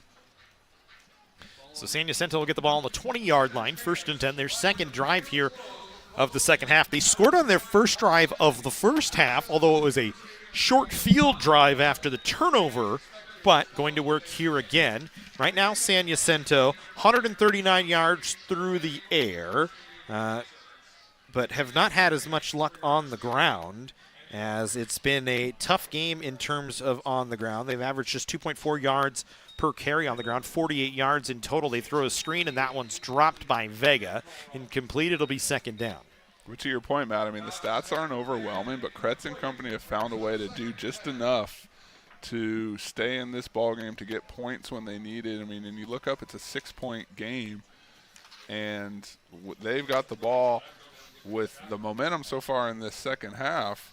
So, again, forcing the issue, putting the Cougars on their heels a little bit to respond, make a play, get the ball back, and take care of business. Yeah, he's 11 of 23, 139 yards and a touchdown. He's also run the ball pretty well. That's a completion for about 6 yards onto the near side of the field. It was it was Valencia that made the catch. And then I think Alamehu there on the tackle. So just about what we'd expect here in terms of the personnel. Yep. As we've seen all year long. Kretz, 15 carries, 63 yards, and a touchdown on the ground. Canyons right now, the tackle leader for College of the Canyons today is Johnny Smith with 5. Alameu and Testa both with 4. It's a 3rd and 4 here for San Jacinto. Kretz in the shotgun 5 wide. We've seen them do a lot of damage out of this 5 wide set today, especially with Kretz and his legs in this ability. He's got 2 on the play clock, needs to get a play off. He will not. There's going to be a timeout, I believe, called by San Jacinto before the play clock ran out. I don't see any laundry on the field. The official's going to... Oh, there is a marker at the 50. They picked it up. They're going to talk about it here. The only thing I was going to say, Domitov Pecco Jr. on the end came off pretty quick, but I don't think they flagged him on that. It looks like they backed Mount San Jacinto up. It's still a game. As the back judge out here at the 50-yard line is the one that had the flag. Of course, I couldn't see it either because he's standing right into the middle of that Cougar logo with the bright yellow. It's a beautiful logo. It is a beautiful logo. Beautiful field that we've redone this year. First year with all the branding on it. It's been a nice look, a nice change here at Cougar Stadium. 3rd and 9 here, 6:18 to go in this third quarter. Canyons with a 6-point lead. One back in the backfield is Vega with Kretz. He's going to throw, takes a shot downfield, incomplete, in tight coverage that time, as it was Wang in the receiving area, and Perry in coverage knocked it away from him. Yeah, Perry, nice job step for step with him. Kretz throws a good ball. I mean, that was right on the money. Perry just there in a position to make that play. And so College of the Canyons gets off the field here, exactly what they needed. And we've talked about it with this defense before, Jesse. It's a bend-don't-break defense. They don't give up a lot of points. They may give up a lot of yards. When you look at the numbers this year, they give up 317 yards per game, but they've held opponents under 30 points in every game except for the opening game of the season where they gave up 31. You need to be careful here. Signs knocked that ball down at the 45-yard line and was lucky to pick it up before anybody from Mount San Jacinto could get there. Canyons will take over at their own 47-yard line. Yeah, you're exactly right. That's a little dangerous. And I was just thinking to myself, I'd really like to see Signs have an opportunity to return one. I have a feeling he'd like to get that opportunity too. already had the tremendous catch in the end zone. We've talked about it a couple times this season. Tremendous athlete. He's the guy, if you get the ball in space, he's going to probably do something positive for you. So, again, another one of those special teams weapons for the Cougars. And for Canyons here now, you just kind of want to run a 5-minute offense if you can. Again, you're a defensive team this year that's 11th best in the state in points per game, only 19.1 points per game allowed. They're holding San Jacinto under that right now and need to try and go down and get some more points on the board as they'll go to work here on offense. Haugny keeps on the option run, runs right up the gut. He's got a few yards, but he lost the football. It's recovered by San Jacinto, but I think the line judge on the near side said he was down. Yeah, I mean, that's pretty clear. He was down. And the ball kind of squirted out there. So we'll see what they have to say. I mean, one side's going to feel one way, and the other's obviously going to feel another, pleading their case. The official's going to collect and talk here. I want to say he was down. Unfortunately, we don't have the replay, but he kind of lunged forward, came to the ground. And it is San Jacinto football. And now the Canyon sideline going to be hot. Yeah, like we said, to differing opinions, everyone's going to have their take on it. It's up to the officials to come together, and they felt confident in that play call, in that official call. So the second turnover of the ball came on College of the Canyons. The first one came on the very first play of the football game. This one comes on a fumble recovered by San Jacinto, and the Eagles will go back to work on offense here, trailing by 6, 5:56. So just what Mount San Jacinto needed, a chance to go back to work. This one thrown over the middle by Kretz, caught that time by Aubrey. He's drug all the way back to the 45-yard line and slammed down, and that's going to bring a late flag. I believe Alameu going to be called for unnecessary roughness this time. Yeah, it's going to bring out a flag and ruffle some feathers on that Eagles offensive line because they were not happy with how that transpired. I think Alamehu's just coming up, he locks up with the defender and you shoot up, you thrust up to bring him down. Probably one of those things that looks a little worse than it was.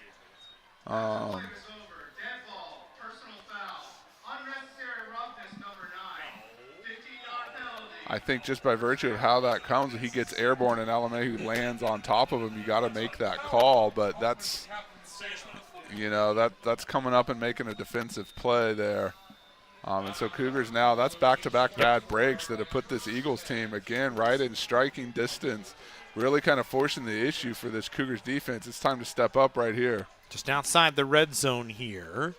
1st and 10 from the 24-yard line. Vega in the backfield to the left of Kretz. 3 wide receivers out to the far side. Kretz will keep himself on an option. He's going to have to run away from everybody. Now he's going to dump it off underneath, incomplete. I mean, that almost worked. Yeah. I mean, he scampered out of there, found a way to reverse field, and if that ball's a little higher, 28's got some space around him. Vega's got nobody near him. So, I mean, Kretz, again, tremendous job out there, finding a way to get things done, to at least have a chance to make a play.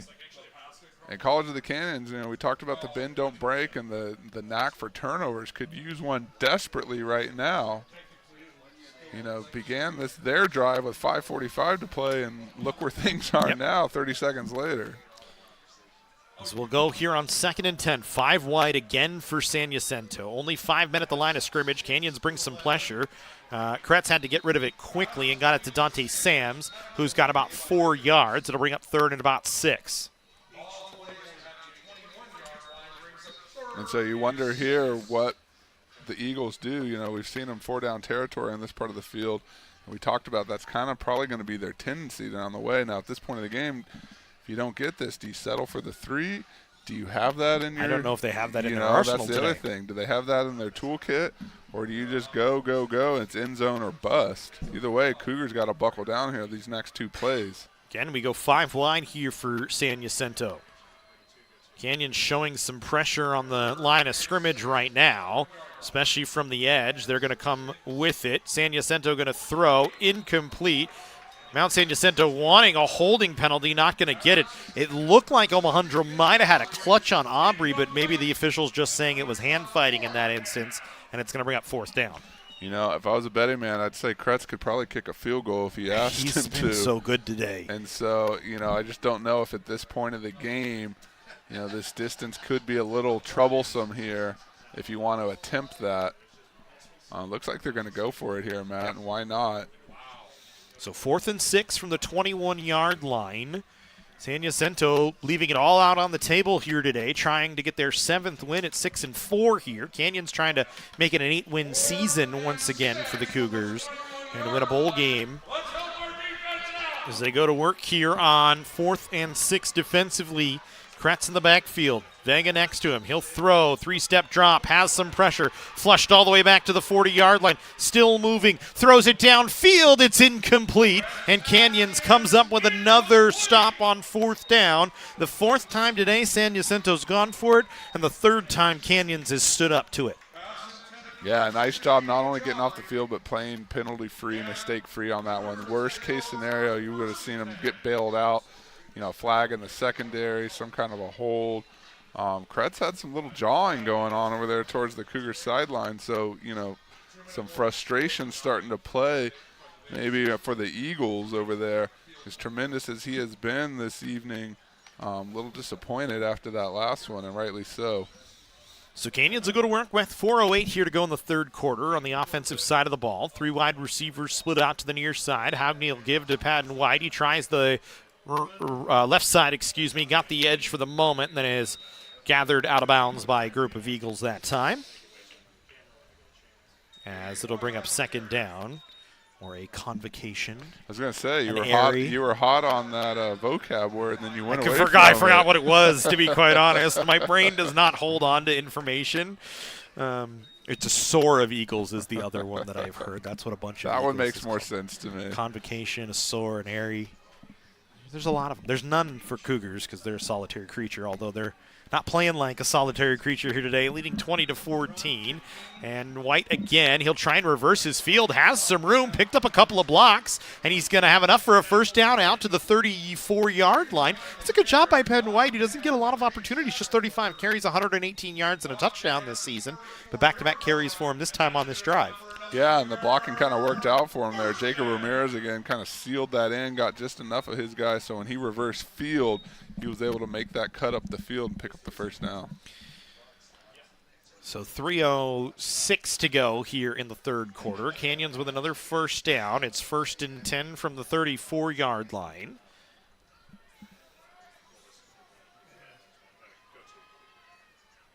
It's actually Coleman in there at quarterback this time as he'll give to White. White coming to the near side, and he'll have 2 yards. I think it's actually been Coleman for this entire second half. I might be incorrect in thinking it was Hogney. And Lycan running White towards that near sideline there. You saw Sean Scott pull, create a little bit of misdirection going the other way. And White just kind of backfilled and went his direction, so Cougars pulling out some stops here in the run game. Want to continue to run this clock, control the tempo of the game more than anything. Clock not so much of an issue yet, but I think just prolonging things and setting the pace is what they're looking for. Coleman going to keep it this time on an option run right up the middle. He's hit by 3 or 4 Eagles. He's got a good little 6-yard run. Had a steam that time for the big 6'2" freshman out of Sacramento. And like I said, if you can do that consistently on 2nd down, you know, bring up a 3rd and short, that'll work for you. So 1:42 to go here in this 3rd quarter. 3rd and 3 for Canyons. Coleman takes the snap at the bell. Free play here. He'll take a shot downfield looking for Hills down the far sidelines. It's incomplete. Good tight coverage that time from San Jacinto on the far side of the field. It was Teru in coverage that time. Felt like Hiltz was almost going to get that on the lower level. He got a hand on it. I've already seen one highlight play today. So a offside penalty on Fowler will bring up a first down. Fowler, a guy that's heavy in the San Jacinto defense, the defensive lineman out of Hemet, California this year. 42 total tackles and 11 for a loss coming into today. I think we've called his name a couple of times already. Had a tackle for a loss early on in the ball game, but gets nabbed for the penalty that time. So Canyons with a first down, 1st and 10 from the 46-yard line of their own side of the field. Pistol formation here for College of the Canyons this time. White in the backfield behind Coleman. He'll take the snap, runs towards the left side, gets by one tackle, still on his feet across midfield, pounds through the 45 to the 40-yard line. That's a good run from Pat White that time. A real nice run. Nice little burst, a misdirection, reverses course, goes the other way. Most importantly, Matt moves the chains. We try and play out the rest of this third quarter, maintain possession and control here. White, a guy we'll see next year, we hope. Kind of auditioning maybe for a spot next year, along with Colbin and Howdy, kind of both of them. Brady Welch expected back, Logan Scarlett. So Canyons could have all 4 of these quarterbacks back next year. Could have Pat White back as well. And it'll be interesting to see going into next season what they have at their disposals. Everybody getting an opportunity to put some tape down. Here's Donovan Dunn back into the game as White needed to sub out. He tried to leap the defender and leaps forward for 6 yards. Got tripped up just at the last second by Shackelford. Yeah, you like that tough-nosed attitude there. Willing to take the leap, take a little bit of punishment if need be. Donovan Dunn, of course, brother Caden Dunn on the sidelines now. The Dunn boys have been long running here at College of the Canyons, and all 3 have been very good backs. We'll take to the end of the third quarter. Canyons will take a 20-14 lead in the fourth quarter here against Mount San Jacinto.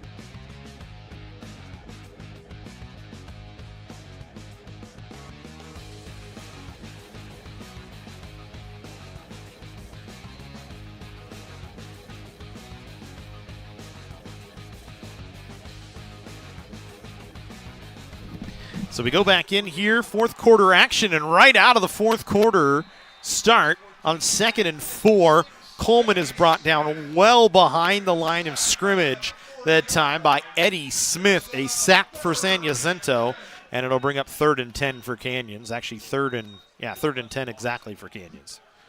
Yeah, it was a big-time play for the Eagles, backing up the Cougars and starting off this fourth quarter on the right foot.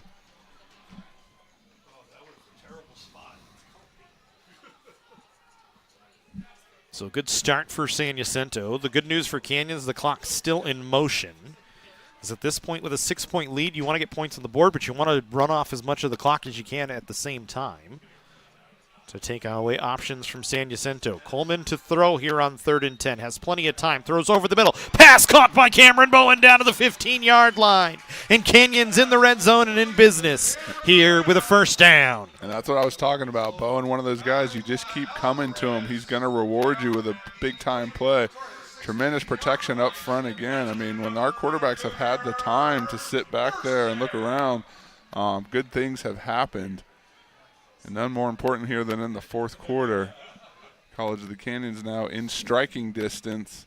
But again, taking their time. There's not that sense of urgency to rush up there. You want to make sure everyone's dialed in on the same page and you get the play call that you want as each and every one of these snaps becomes infinitely more important. Cougars 91% in the red zone this year, 30 of 33 coming in. They've cashed in twice in the red zone here today. Or actually, no, I'm sorry, just once in the red zone. I don't think they were in the red zone on the first Luis Rodriguez field goal. It's really their first trip to the red zone today. And right off the break, or right out of it, they get called for a delay of game penalty. So they'll back themselves up, and they'll back themselves up right back out of the red zone. When we said no sense of urgency, not having to rush up there, that's one of those times when maybe you wish you had a little bit. And I think actually they're going to avoid the delay of game by calling a timeout. So it'll be 1st and 10. 13-13 to go here as we go into the fourth quarter. It's been an interesting one. San Jacinto got the ball after the first play of the game after a Canyons turnover on the kickoff, the opening kickoff of the ball game, and then proceeded to march down for a 7-play, 29-yard drive, taking 3 minutes and 22 seconds off the clock to get a touchdown on an 11-yard pass from Kretz to Dante Sams. And then Canyons came back and rattled off the next 20 points unanswered. A 41-yarder from Luis Rodriguez, and then a 45-yard touchdown pass from Haugney to Dunn on a wheel route from Dunn, and then a highlight catch from JT Signs on a 30-yard pass from Haugney to make it 17-7. Rodriguez capped off the first half with a 34-yard field goal. And then San Jacinto right into the third quarter, a 3-yard touchdown run from Christian Kretz on a 7-play, 65-yard drive. The Cougars' 2 touchdown drives were not long drives, 5 plays and 1 play. This one a little bit longer so far. They'll keep here this time. Coleman runs his man over as he lowered his shoulders like a running back, and he's got about half the chains or more, call it 6 yards. He'll be down to the 10-yard line. I mean, anytime you can finish a run by delivering that blow, especially when it comes from your quarterback, is always exciting for you. The sideline, your teammates out there, and just, making the defense think about it a little bit every time they're going to come up and try and make that tackle. Coleman, a guy this year, 11 carries, negative 17 yards, but 3 touchdowns. All of those, he's really been their goal line quarterback this year. Every time they get in that big back formation, he's the guy standing there because he's long, lanky, and willing for contact, as you see it right there. He goes on 2nd down and 4 from the 10-yard line. Dunn in the backfield next to him. Coleman to throw. Underneath, pass caught. Signs diving for the end zone. Did he get in?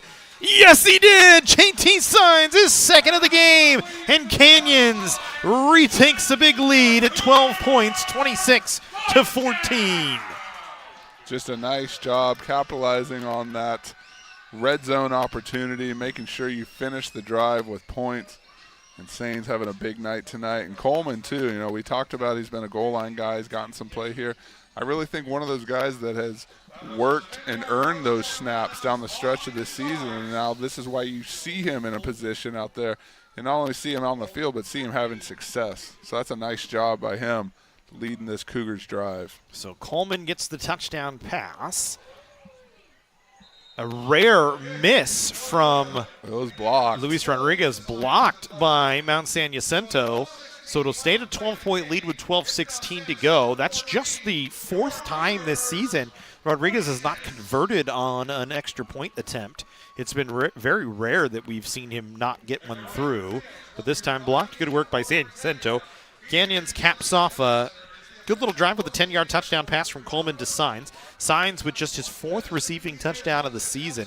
Hasn't a lot of pay dirt this year, but 2 today, including a highlight reel catch, and that one right there. And Rodriguez took a little contact on that one, kind of got spun around a little bit.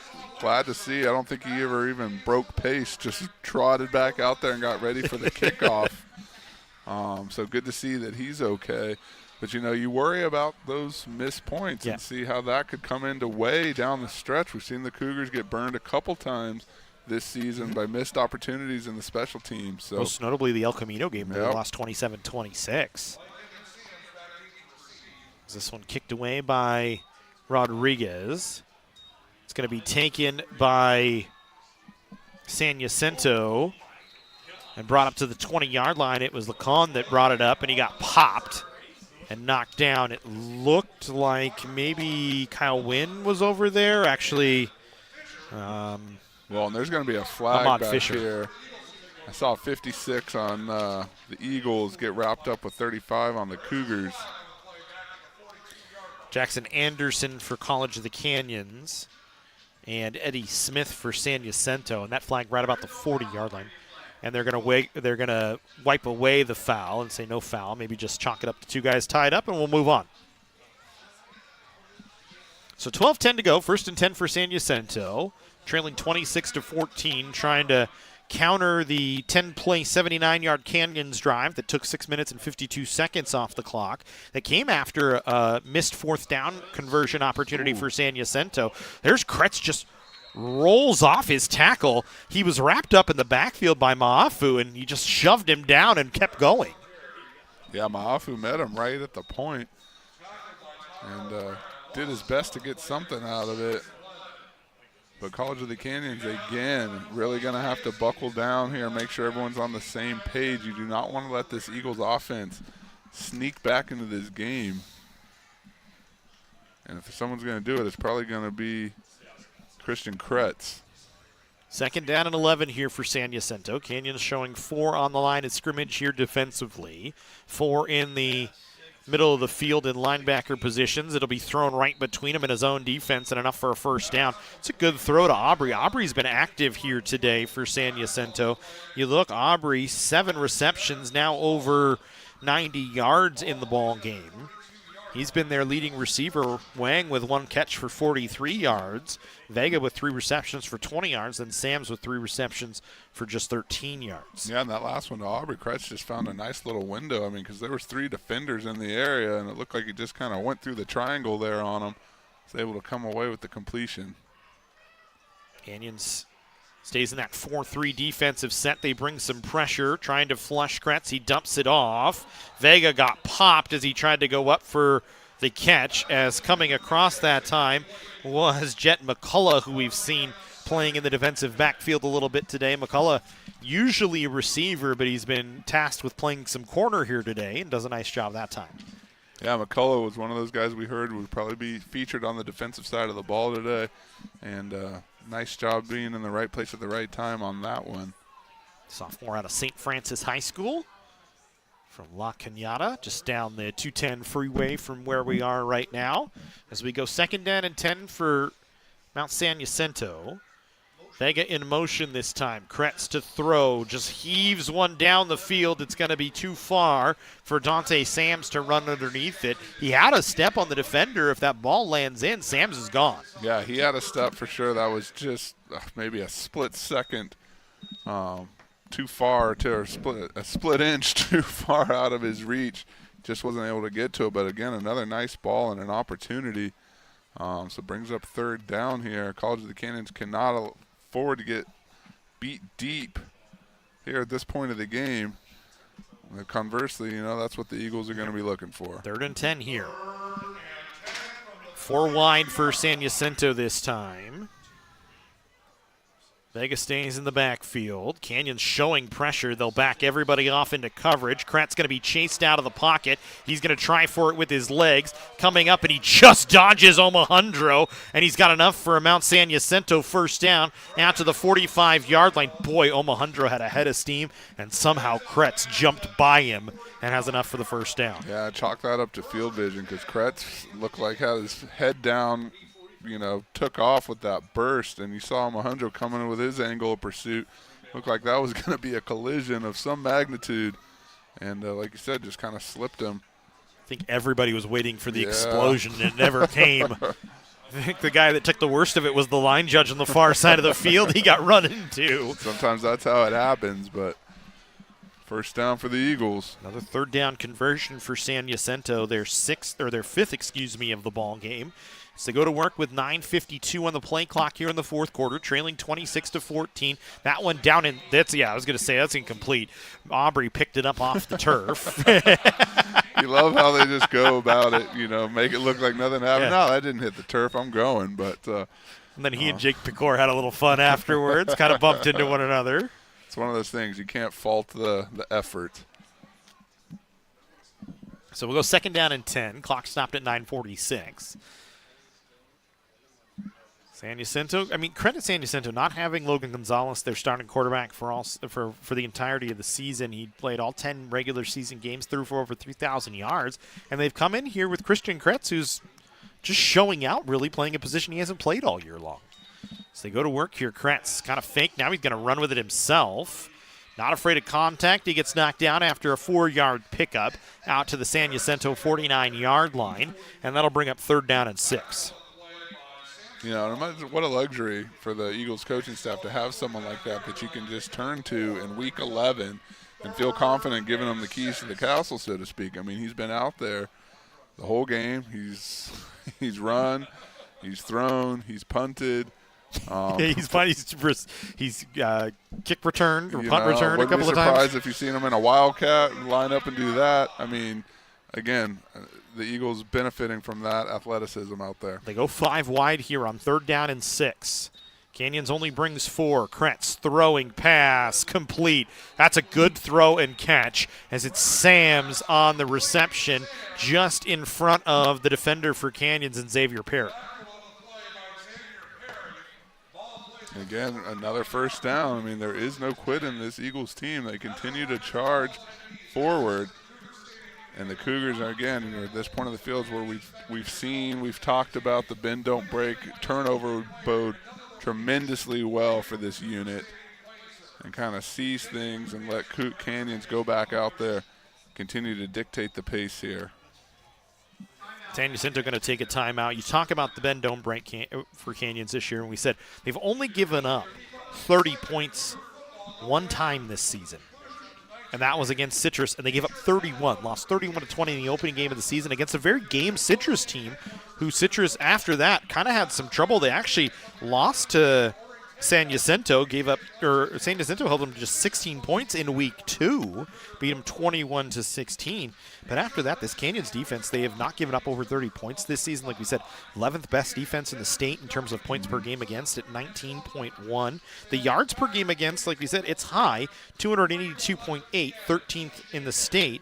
Passing yards 175, rushing yards against 107.5. But just able to hold offenses down and keep the points off the board, and that's such a luxury for Ted Isenda and company to have, knowing, hey, we're going to get a good defensive performance. We just got to go out and score enough to win the game. Well, I think another thing to remember, College of the Canyons playing ranked opponents 7 out of 10 weeks in the regular season. So, I mean, there are no off weeks here in the SCFA. As we go to work here on 1st and 10 from the 39. Kretz wanted to throw. He got it off to the near side. There's going to be a flag for a roughing the passer penalty on Jeremiah Alameu this time, as he came in a little high on Kretz, and that'll move everything ahead for San Jacinto. Back to what we were talking about, you know, the Cougars open up the season against a number 13 ranked Citrus team, follow that right back up. Yeah, head or neck. But I was going to say, bounce that right back. We're facing a number 5 Fullerton team on the road. Go down and get the win. You know, more recently, number 12 Ventura on the road. Number 14 Bakersfield here at home. So, again, this Cougars defense has had their work cut out for them each and every week. This one has lived up to the billing here today. This first meeting since 1998 between these two teams.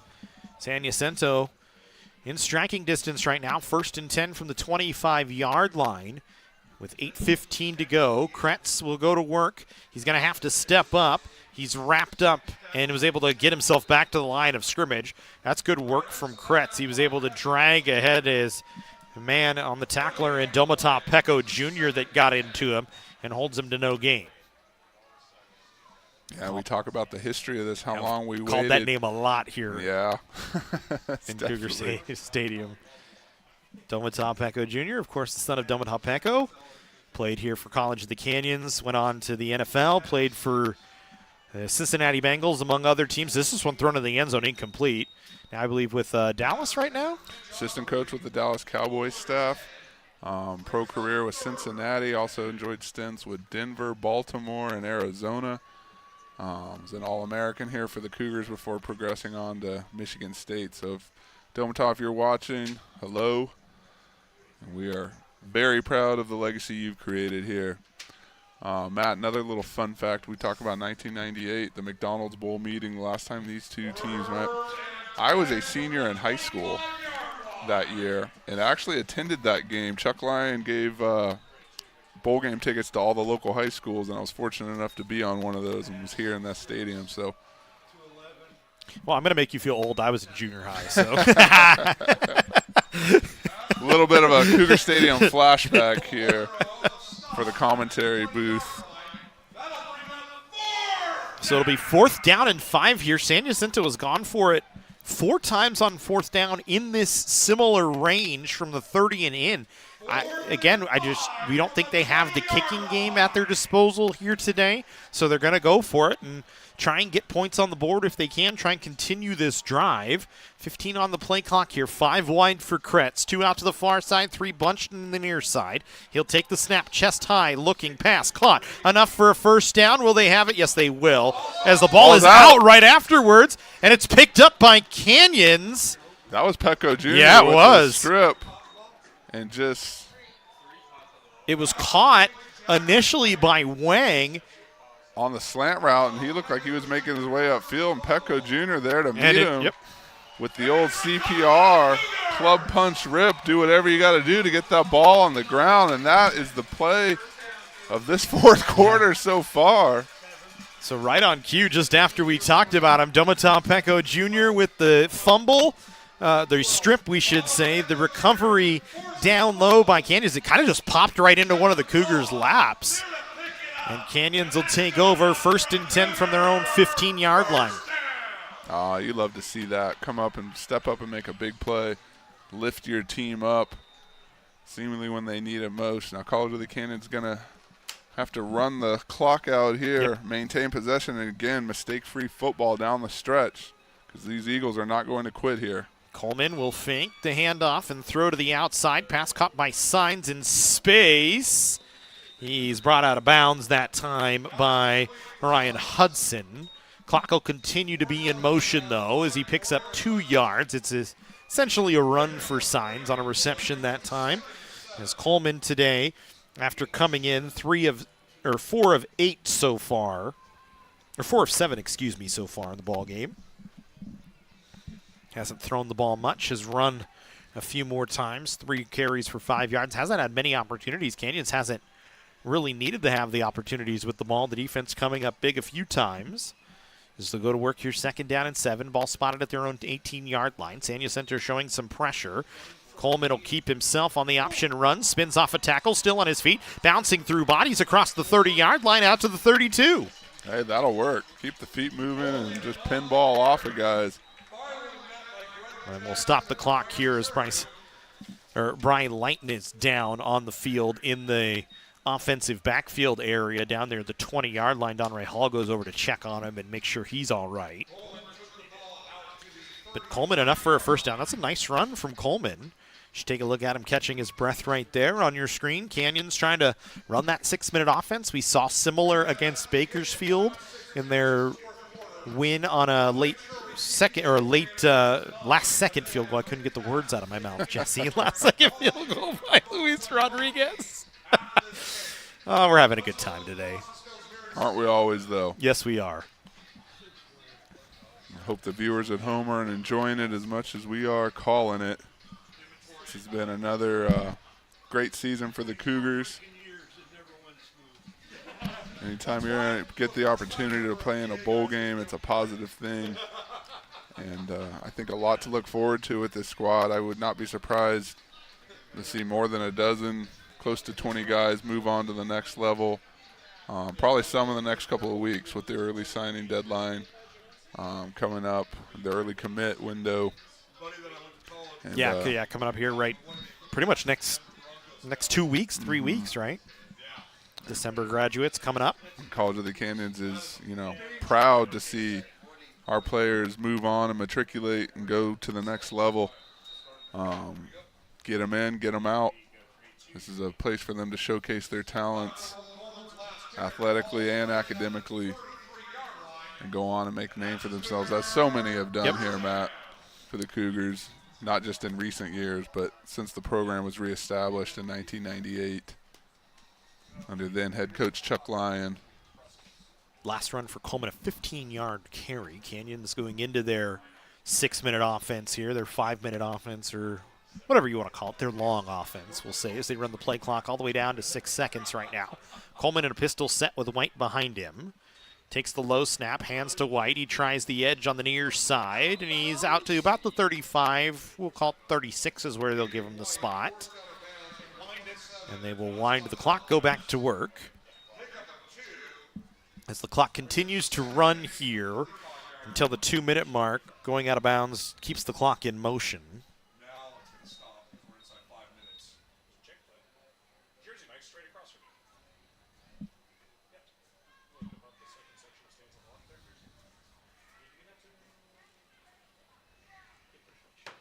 Scanions taking their time getting the play call in. Come out in a 2-back set this time. Iredell in the backfield with White, along with Coleman, who stands ready for the snap. 2 receivers out to the 5 side. Another low snap. White picks it up, and he's brought down. Tackle made by Isaac Brown that time. They give, I think, a loss. No, they give it the spot right back at the 34-yard line, so it's 3rd and 9 here. Canyons just taking their time here. Can run another 30 seconds off the clock, bring this at least inside the 4-minute mark. There you see Dan Corbett's head get in the way of the camera there for a moment.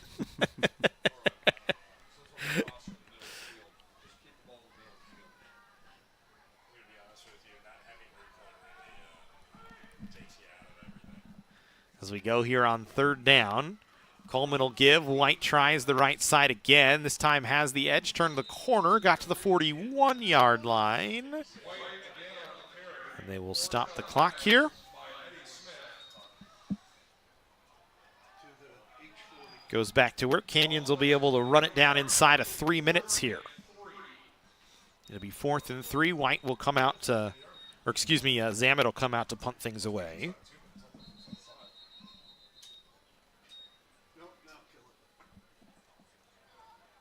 I think San Jacinto are going to take a timeout. So Mount San Jacinto uses their 2nd timeout. Eagles with 1 timeout remaining. Canyons the same, and the 2-minute timeout. 3:20 to go in the ball game. So a 12-point game, still a very, very close ball game here, all things considered.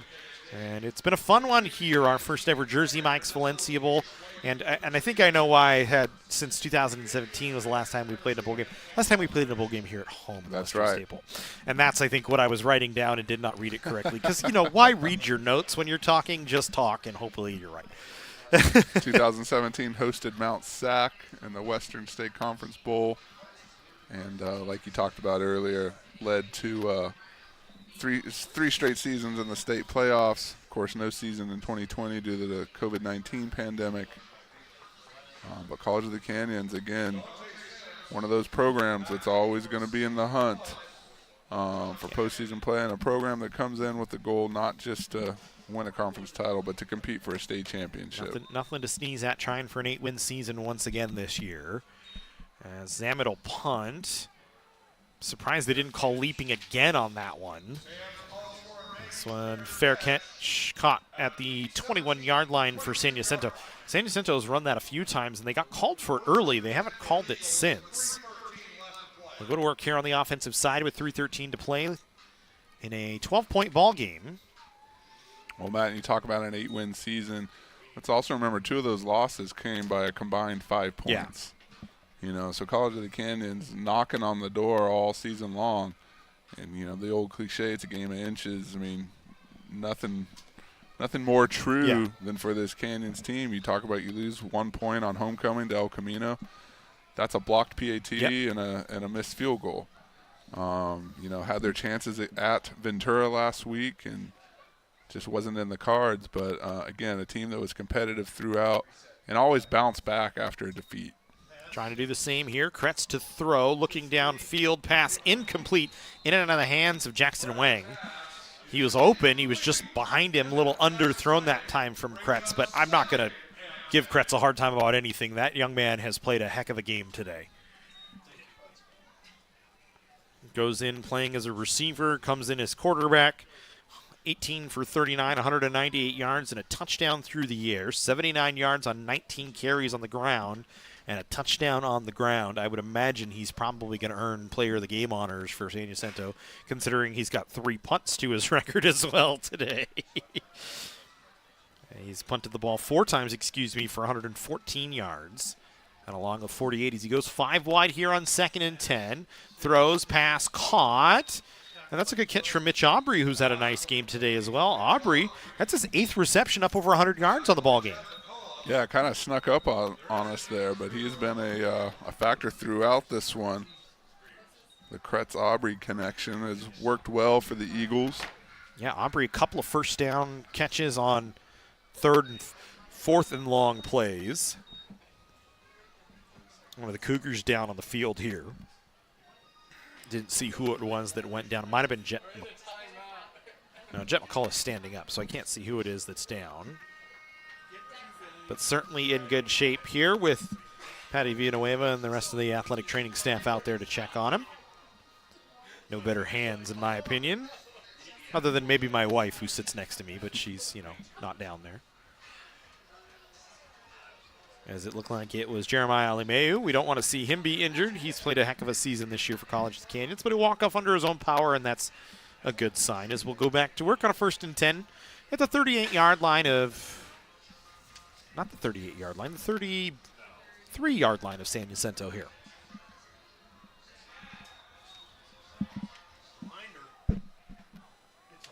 Clock in motion here. Ball at the 33-yard line, 1st and 10. Kretz to throw, little pump fake, now rolls to his left, throws underneath. Vega was there, catches and has about 5 yards out to the 37-yard line.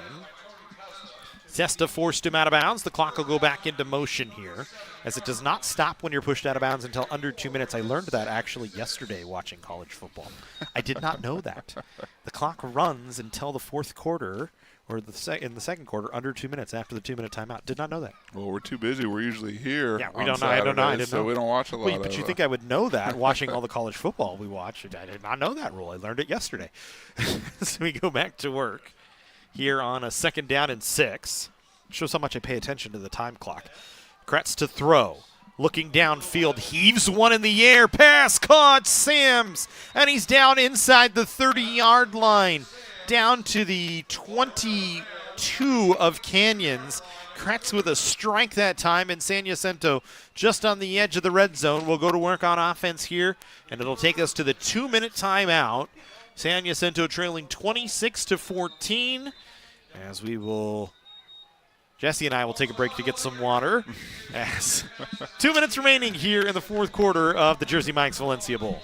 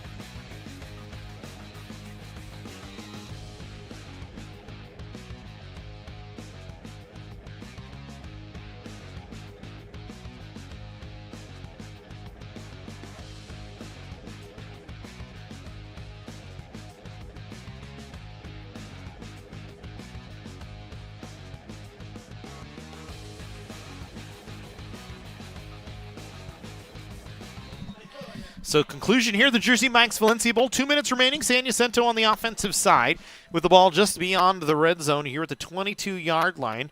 Knocking on the door here, trying to get it back to a one-score game. They throw to Vega, and he's wrapped up and brought down as Jet McCullough had enough of a foot to bring him down. It's a gain of about 2. They'll mark him right at the 20-yard line, so San Jacinto back in the red zone. Now hold everything here. The Eagles can punch this in real quick. We've got a ball game. Kretz is going to be flushed. He fires one in the air. That one's going to go well out of bounds. I thought Emilio Valencia was going to try and go up for it, and then I think he realized, nope, that one, we're not even in play anymore. So it'll bring up 3rd down and 8. Couple more cracks at it. Cougars got to get off the field here. Eagles with 1 timeout remaining. So a stop here for Canyons. I Canyons, might need to run one or two. They might need to run one first down if San Jacinto doesn't get in the next two plays.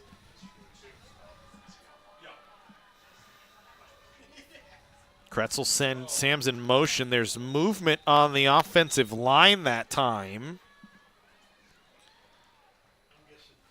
And it's going to be Stone Wyatt.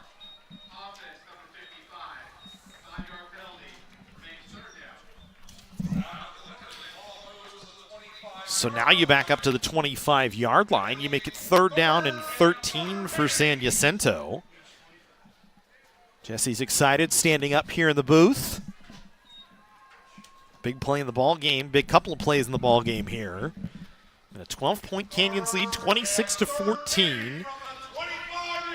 Kretz 22 of 44 for 256 and a touchdown today. He needs a big throw and catch right here on 3rd and 13. He's going to be flush from the pocket, looking, throws down the field towards the end zone, incomplete. Sams is the intended target. Good coverage in the defensive backfield that time from Canyons, and it'll bring us to 4th down here for San Jacinto. And this has just kind of been the day for San Jacinto. They've had to go for it on 4th down inside the red zone, just really haven't had opportunities in the kicking game Yeah, today. fully expected to, to go for it on 4. Shocked that they didn't try. I mean, all their shots have been to the end zone, that same area. I don't know if they're trying to pick on someone or go to an area there, but I feel like you could have picked up a first down and tried to fight again. We'll see. Now I feel like you got to go for a long strike here. They've got 10. There was a lot of confusion on where they wanted everybody. They need to get going here. 4 seconds on the play clock. Kretz takes the snap, looking, has to step up. He gets through one tackle, still on his feet, dives around another, down inside the 15 to about the 12-yard line, and they're going to give him the number exactly right at the 12. He needed 13. He got all 13 of them by the hair of his chin that time for a first down. That's just a nice run. I mean, good vision. He had a defender line him up one-on-one, was able to make a move and get just enough to get past him. He wants this one, that's for sure. Run the clock down to 1:10. Kretz looking to throw. Pass complete down to the 5-yard line. Trying to haul everybody ahead. They're short of a first down. It'll be 2nd down and short here from the 5. Canyons will sub off some players, and that'll take the clock all the way down inside of 50 seconds here.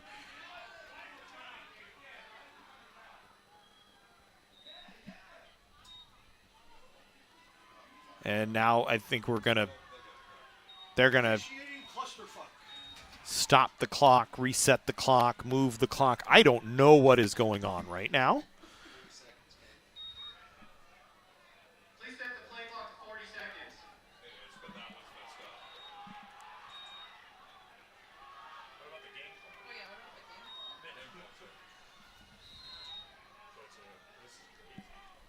And so the game clock is stopped. The play clock is running. I don't know what is happening right now.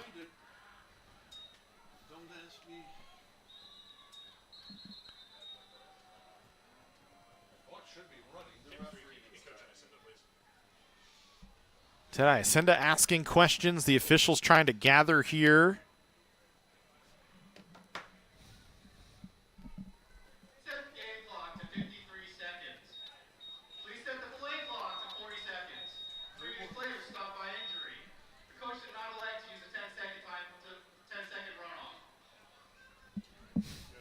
Okay. So the ball will start on the snap. Tedai Asenda is frustrated. I'm confused. They say the play was clock was stopped due to an injury, and they did not elect for a 10-second runoff. So we're stopped at 53. Kretz to throw, flush from the pocket, dumps it off. There is a receiver in the area, so it's incomplete. It'll bring up 3rd down and 2.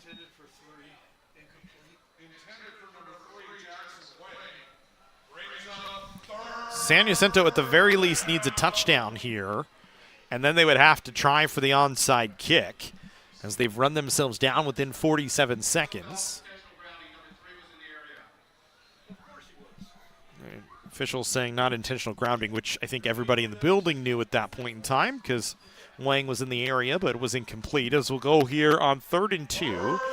47 seconds to go in the ballgame. This ball spotted at the 5-yard line. San Jacinto needs to get to the 3 to extend the drive to the end zone to make it a 1-score game. Kretz dumps, pass, caught into the end zone. A touchdown for San Jacinto.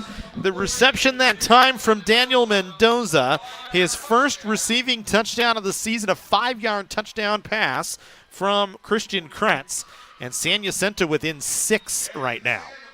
Yeah, they're going to force the issue play to the final whistle here. And got themselves back in this ball game. Kretz orchestrated some magic down there, first with the run and then with a couple nice passing attempts.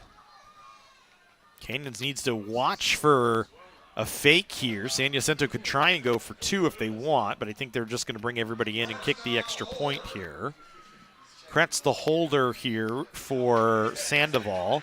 Snap is down, kick is up, and it is through. So it is a 5-point ball game right now with 43 seconds left in the game.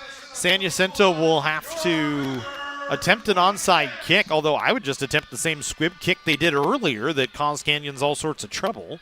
See if they can get a recovery here. Yeah, I think some sideline conversations. Make sure everyone's on the same page here. Make sure you got your hands team out there.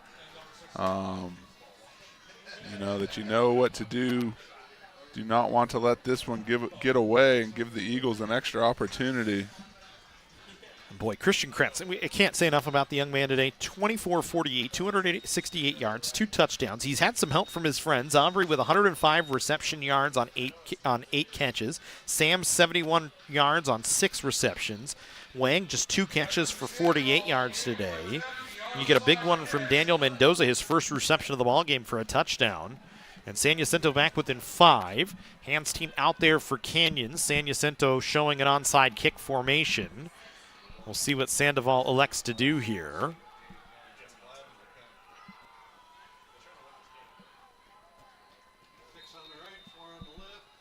Sandoval will kick this one. It takes a high bounce. It's recovered by San Jacinto at the 48-yard line, and the Eagles have the football, it seems. That was beautifully done from Sandoval. Took a high hop. We just wait on the official signal here.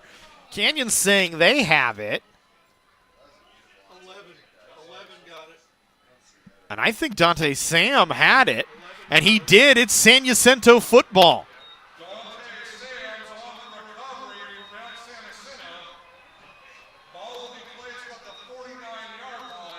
Well, you talk about a... There is a flag, though. There is a flag at the 35-yard line, and I want to say... Yep. Okay. It is an offside on Dante Sam.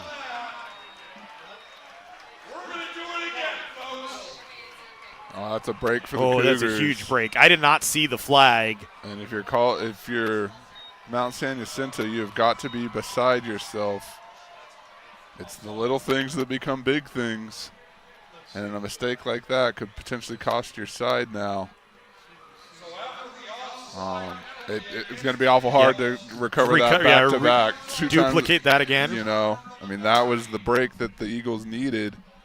And they had benefited from breaks all game long.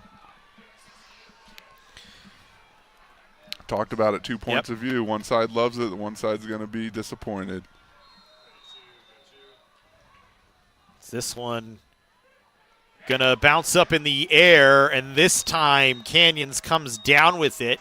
It initially bounced off of Domata Pecco Jr., and I think he then picked it up himself. And Canyons will take it over at the 46-yard line of San Jacinto. They can kneel on it a couple of times and take the first ever Jersey Mike's Valencia Bowl in a tight one here against San Jacinto. It's been a fun one, though, Jesse. These two teams battling all day long. San Jacinto thought they had the ball, did not get the benefit of an official's call, as they said it was an offside play. And San Jacinto going to just fall short of a 7-win season, but a good run for Casey Mazzota and his squad. They played very well today and had a solid game for the San Jacinto Eagles. Cougars kneel on it. There will be a couple second difference between the play clock and the game clock. The teams are coming out onto the field, and that will end it for us here on the Cougar Sports Network today and SoCal College Sports. We want to thank the SoCalCollegeSports.com team. Emery Johnson, all year long, you've done a great job here for our director. Everybody else out there, names are all escaping me that all help with everything. Of course, you, Jesse, helping us out here on the broadcast all season long. Our whole athletic team, we really appreciate everybody. It's been a fun season here on the Cougar Sports Network Football. Plenty of other action going for us. Basketball season right now. And it was a good one here today in the Jersey Mike's Valencia Bowl. Yeah, one more shout out to our fans across the nation and around the globe. Appreciate your viewership throughout the season. And we'll be back for more next year. And we still got a big spring season of Cougars athletics. So this I promise. And go Cougs. All right.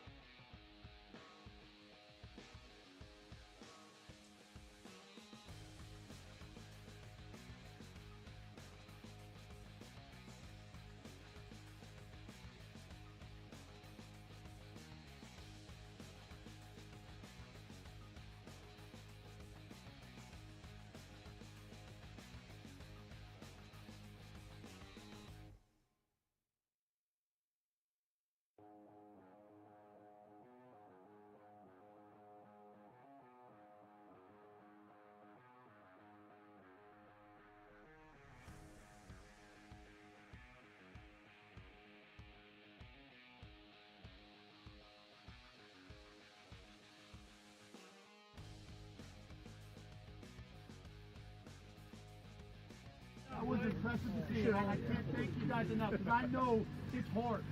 This game is hard. It's hard to sit behind people when you believe in your heart you should be playing. But I thank you very much for your effort and the way you've handled your business and the moment your opportunity came and you took it and you seized it. And that's what this game is all about. That was beautiful. No doubt about it. Yes! Yeah! All right. Now, we got to get healthy. We got to get healthy. We got to get everyone not banged up. So when the recruiters come around, you guys are running around. All of you sophomores that think you're going mid-year, that's beautiful. All right, those of you that are not going mid-year, you are going to be lifting with us. It's not optional, because here's what's going to happen. You're going to say, I'm going to lift at LA Fitness, and you're going to show up in April when the coaches come by, you're going to be 165 pounds.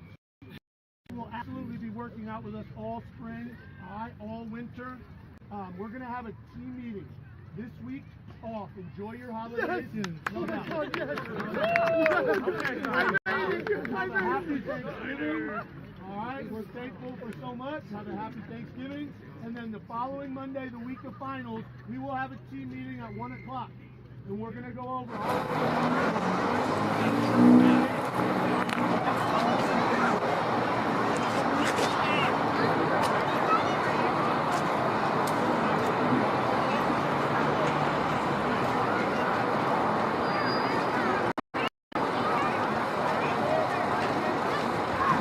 All right, ladies and gentlemen, on behalf of both Mount San Jacinto College and College of the Canyons, we thank you for your attendance at today's SCFA Jersey Mike's Valencia Bowl here at Cougar Stadium, and for your support of 3C2A football throughout the 2024 season. We'd also like to extend a special congratulations to all players, coaches, and support staff from both programs on their work to achieve a successful 2024 campaign and the opportunity to play in a postseason game. And lastly, a very special thank you to Jersey Mike's Valencia for their partnership and generous support in hosting the inaugural Valencia Bowl. Now we have some awards to present for today's competitors. First, for the Mount San Jacinto Eagles, the Player of the Game honors presented to Christian Kretz.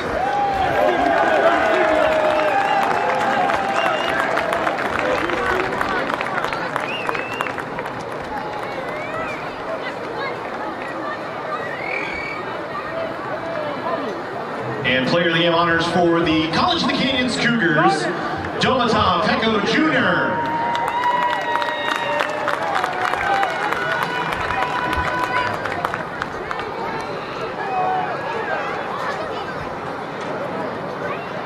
And now presenting the 2024 SCFA Jersey Mike's Valencia Bowl champions. Congratulations to head coach Ted Jacinto and the College of the Canyons Cougars.